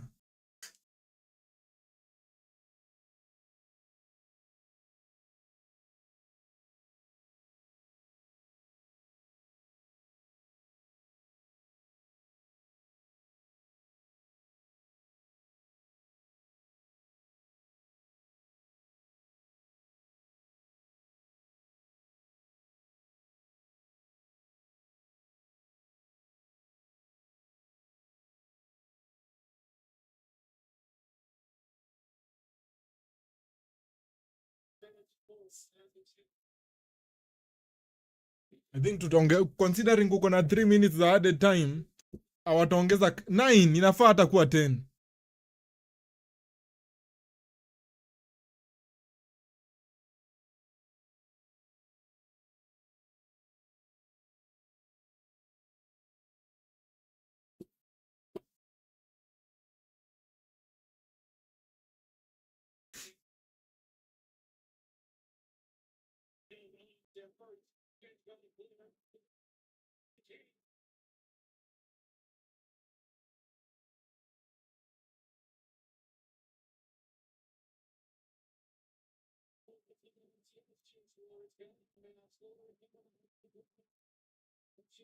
Alvarez bado wako. Gonzalez faster. Faster Enzo. McAllister weka. Piga post! Piga post McAllister! Ay, piga post hapa Maka. Lionel. Golazo! Golazo! Messi assist!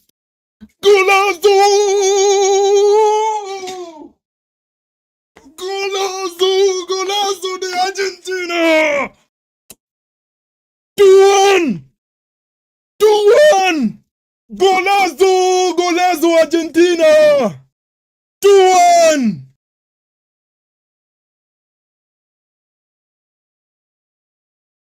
2-1! Talk your talk! 2-1! McAllister amepiga post hapa. Ay.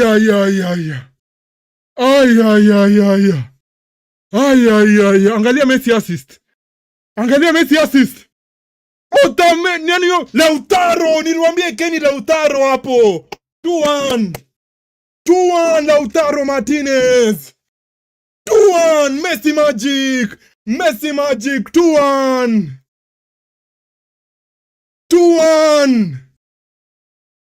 2-1. 2-1. Vamos. 2-1. 2-1.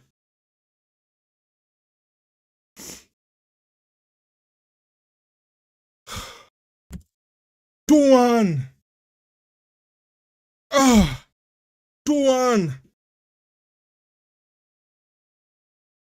2-1. 2-1.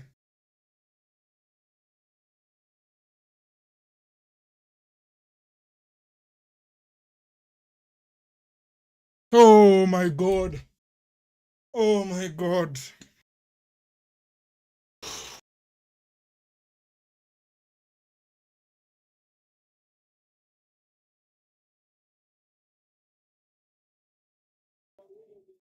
De Paul anapigwa yellow card.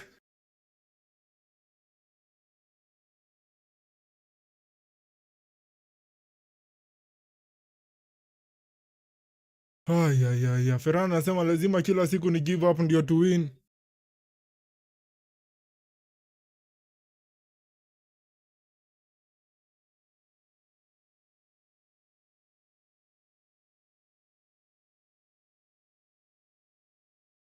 Ay, ay, ay, ay. They have some tall boys on the field, England, so be careful.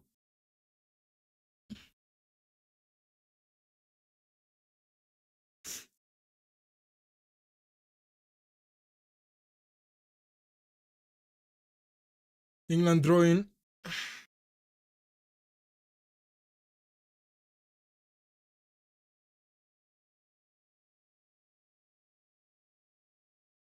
Rashford na Ivan Toney on.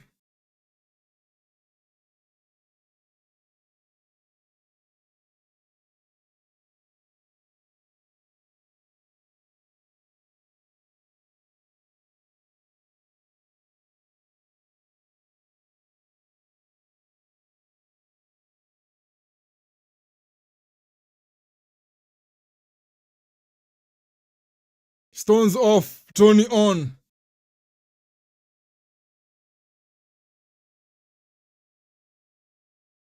Spence off, Rashford on.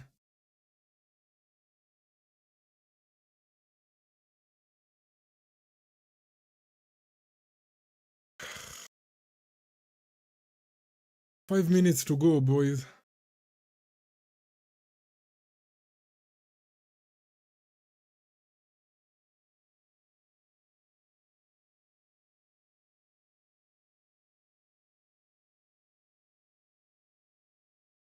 To a ball, to a ball.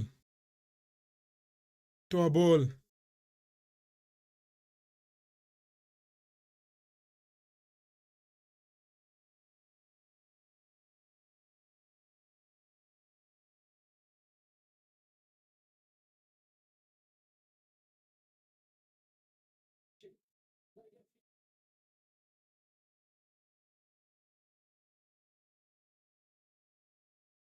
Otamendi! Otamendi! Lautaro fikia.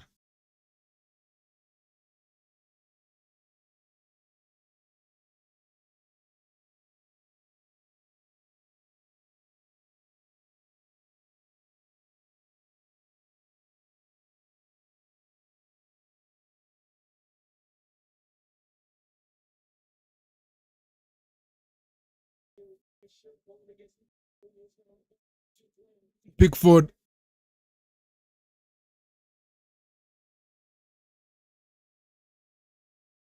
Chukua mpira.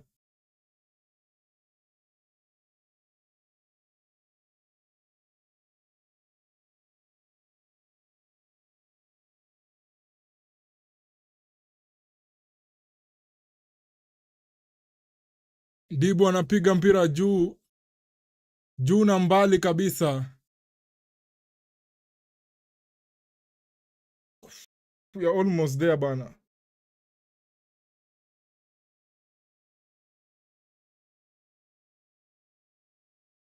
Messi still chasing it.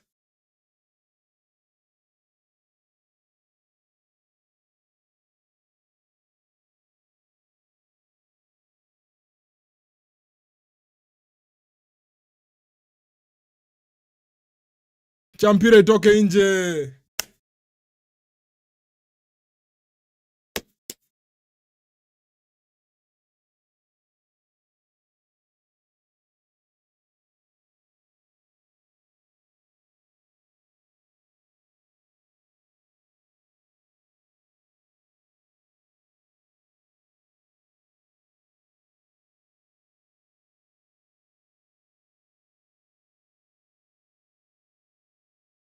Montiel, usijaribu kukubali Rashford akupite.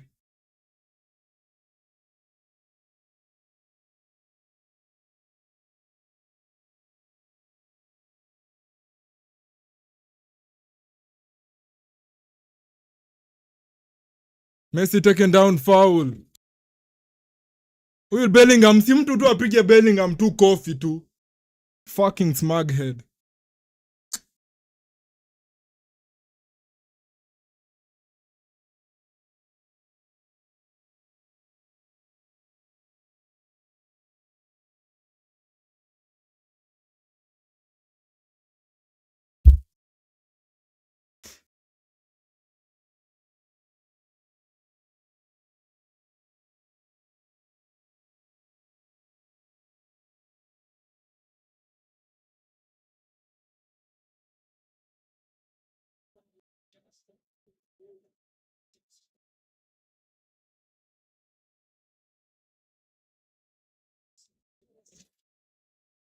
Dibu Martinez.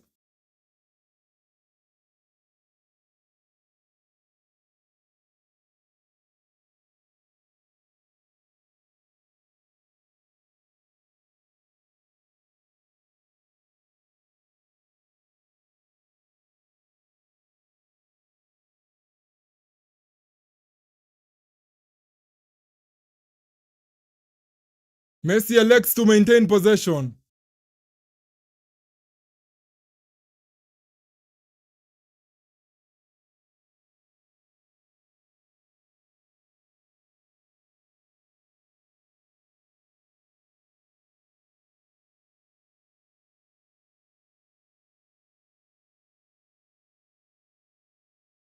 Referee bana.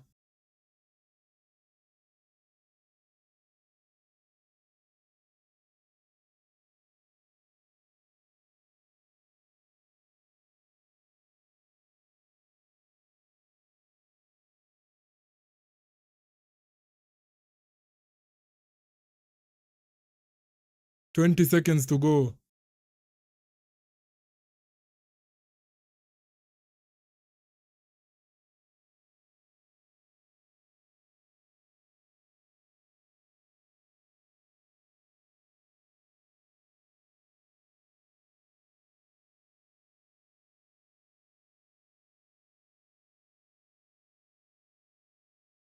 Foul on Martinez for being held. Oh, boys, we are so close. We are so close, guys. We are so close. Oh, my goodness. We are so close. We are so close, guys. Oh, my God. We are so close.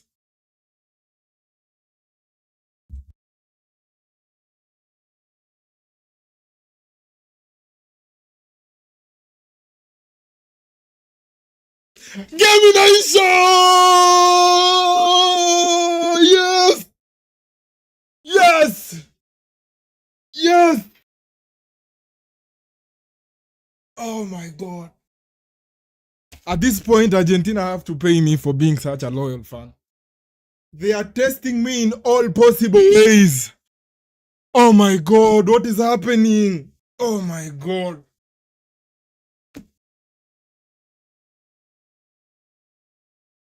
Oh my God.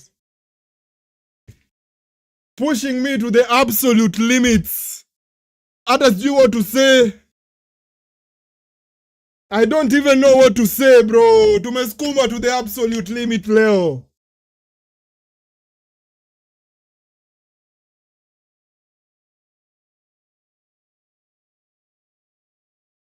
They pushed us to the absolute limit. 73 minutes, we were still down on the game. We were still down. 1 goal down against England.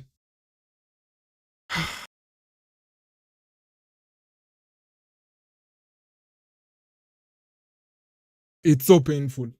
I know sisi ndio tumeshinda, but between the 55th minute to the 85th minute when we scored, those 30 minutes were so painful. They are as painful as how England fans are feeling right now. Hizo 30 minutes between the 55th minute and the 85th minute. It was so painful. It was so painful. I know it doesn't seem that way, but hizo 30 minutes, they tormented me.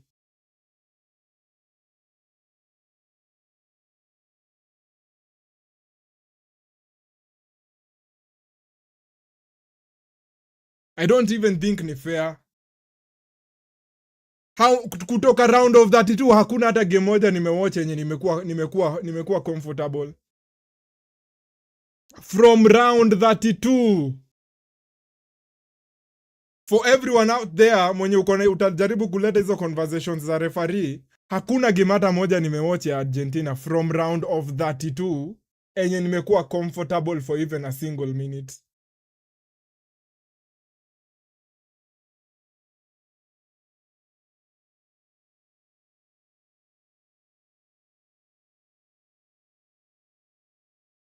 But Messi is such a beautiful player, guys. I don't think we will ever see another good player as him. 2 assists Leo. 2 assists today when his team needed him the most. He was there.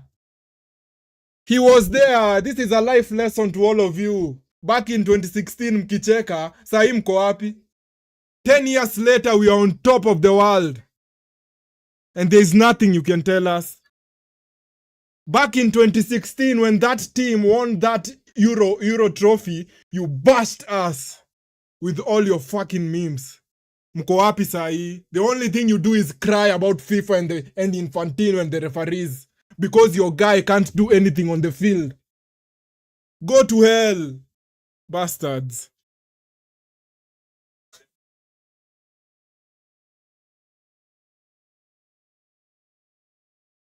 Go to hell, all of you.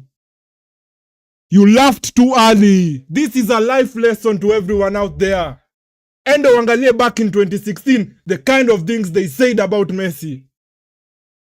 Endo wangalie the kind of things they said about him when that team won that Euro trophy against France. The amount of ridicule we woke up to. We went on in 2017 in the Copa America. We missed a penalty. 2018, 2019, we lost the Copa America against Brazil. You were laughing at that time. You were laughing. Sai, we can't hear anything. The only thing you have to say is to blame the referees. There is nothing you can say at this time. You have been reduced to nothing but nonsense. Imbeciles.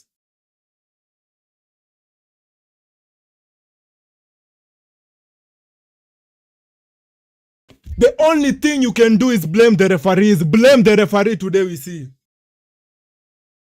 Blame the referees. I'm waiting for you to blame the referees on this one. 2 assists on the board. Blame the referee, we see. Blame the referee. We see what you'll say this time round. You have nothing to say. So you will either support Messi on the World Cup or you will support Lamine Yamal. Whoa, you guys are in a very bad position. You have to choose one on the final. The worst option you guys can have is before your eyes. Back in 2022, you are all supporting France.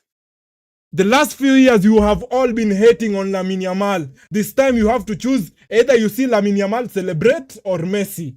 Oi, oi, oi. You guys are in a very bad position. Very bad position. I will never forgive you for the memes you used to share back in 2016 and all those years when Messi and Argentina hadn't won an international trophy. I will never forgive any of you. You celebrated too early. Look at you now. Bunch of losers. You have nothing to say right now. Go and run and hide and cry. There's nothing you guys can say at this time. We've won today. I want to hear who you're going to blame. 2 assists by Messi when his team needed him the most. He pulled them out of the fire. You won't blame anyone today. Go to bed and go to sleep.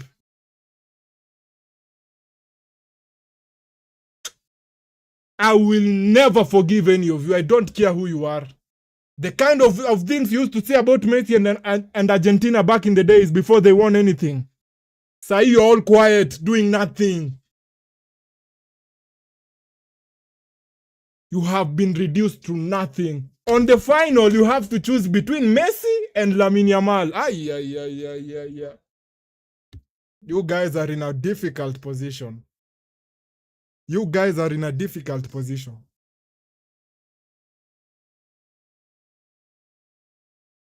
Between Messi and Lamine, who will you guys pick now? Because you hate them both. You hate them both. You hate them both. Who are you going to support on that day? If I was one of you, I would build a time machine and go back to 2016 when you guys used to have those glory days. And all the memes you guys used to share about us. Telling us that we'll never win an international trophy. Go back to 2016 and live. Go back to those years when you guys had all the glory and you are not even humble. You are using those moments to ridicule us. Where are you now 10 years later? Where are you guys 10 years later? I'm still waiting for you guys to do anything. The only thing you can do is blame the referee. Blame the referee today. Blame FIFA today. We are waiting for a response. You have nothing to say. You have nothing to say. You have nothing to say, and let it be that way. On Saturday or on Sunday, choose who you are going to support between Lamine Yamal, the youngster that you hate, or Messi, the greatest of all time, that you also hate. It's going to be a bitter pill to swallow for you guys. It's going to be a difficult one for you. It's going to be difficult for you guys to do anything. I will even advise you not to watch the game. So now you will have to wait until 2030 for the next World Cup. And I know your guy will still play during that time. So you guys have brought in a new coach. Your guy is going to force his way into that team.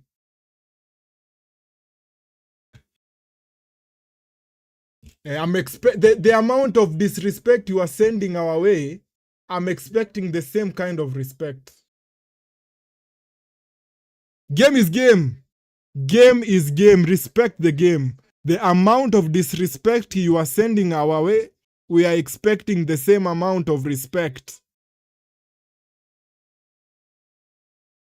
We are expecting the same amount of respect. We are expecting the same amount of respect. So you guys were ridiculing us back in the days and laughing at us. We are expecting you guys to come back and take the knee and be respectful. It's as simple as that. 2-1 Argentina against England. They've won in the best way possible. With zero controversies. So you guys have nothing to say. You remember during the Egypt game, when you guys were screaming and shouting, what will you guys say today? In all your fancy status that you guys post, and you say FIFA is treating Messi, FIFA is favoring. What did FIFA tell England to concede 2 goals in the last 10 minutes? You have been reduced to nothing. And I'm telling you guys, this is a very big life lesson. This is a very big life lesson. When you are ahead of everyone, don't laugh at them simply because you are ahead and you start thinking that they are not giving in their best. Don't think that they are behind you because they are not doing their best. Big life lesson. Everything has changed all of a sudden from Messi and Argentina being laughed at back in 2016, 2017, 2018. And you people doing your celebrations and coming up with all the fancy memes, to now you are saying nothing. Life lesson right there. Don't you try think that just because you are ahead of everyone, that the people behind you are not putting in their best. They are not doing their best. Be very careful. I don't even know how to wrap up that game.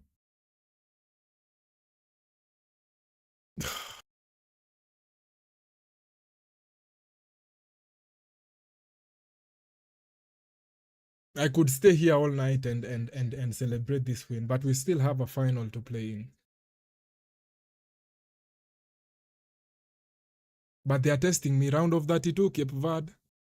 Round of 16, Egypt, we were 2 goals down.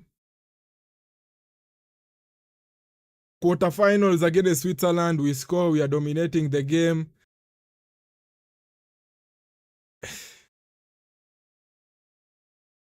One extra time, we are on the edge again. Alvarez scores, Lautaro scores, 3-1. We are here in the semifinals against England.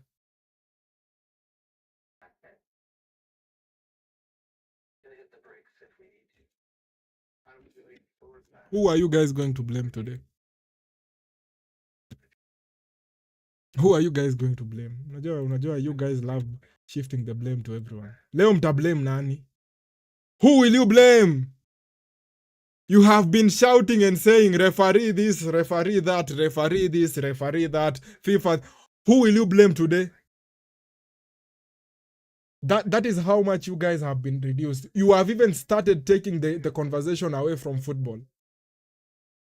Najua ukiargue na mtu alafu unamshinda when it comes to the logical facts and they start shifting the argument to other things, just know huyo mtu you are defeating them. And they have nothing else to say. And they have nothing else to say, so they start coming up with ridiculous things. They start coming up with ridiculous things.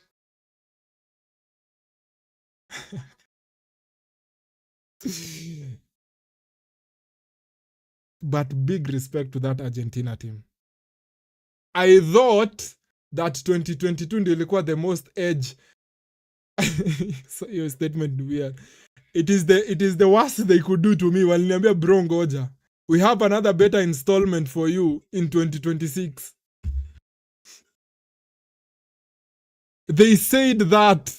Waliniambia huyu jamaa nadhani at 2022 against Netherlands tuko 2 goals up, Netherlands wana equalize, tunaenda extra time, tunaenda penalties, quarterfinals against the Netherlands tukashinda penalty, tukaenda semifinal against Croatia tukashinda 4-1 ama 3-1 sikumbuki, and then tukaenda final against France, and then we are 2 goals up in the first half, and then France score 2 goals, and then we go to the extra time, first half extra time, Messi scores, and then Mbappe gets a penalty in the second half of extra time, and then he scores, and then Colomwani gets a last minute chance, he's through on goal, Dibu Martinez saves, and then the game ends, and then we go to penalties. He thinks that is difficult for him. We will test him back in 2026. This time 2022 ilikuwa hapa in terms of intensity. Sahi unajua inakuwa even worse because we have an expectation to defend the trophy. I will appreciate these players through thick and thin. Through thick and thin, I will always appreciate these players for fighting until the end. For fighting until the end. Hata sijui kama niko na, I don't think I'm too fired up to do a reaction. So guys, thank you for being here on a very chaotic watch along.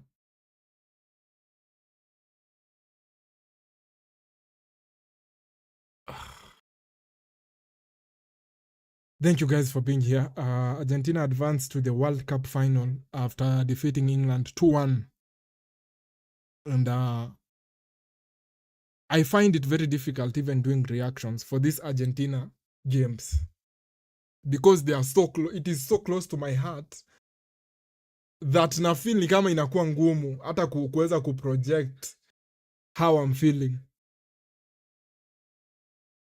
It feels so unfair kukaa chini and telling myself that I can come up with a reaction kwa sababu it is ahead, it is difficult. Na hii inafanya ni realize how much pressure pundits wanakuanga nayo. But yeah, thank you guys for being here. I've relaxed, I've calmed down. Ilikuwa difficult, but we thank God we've gone through. Thank God we've gone through. Thank God.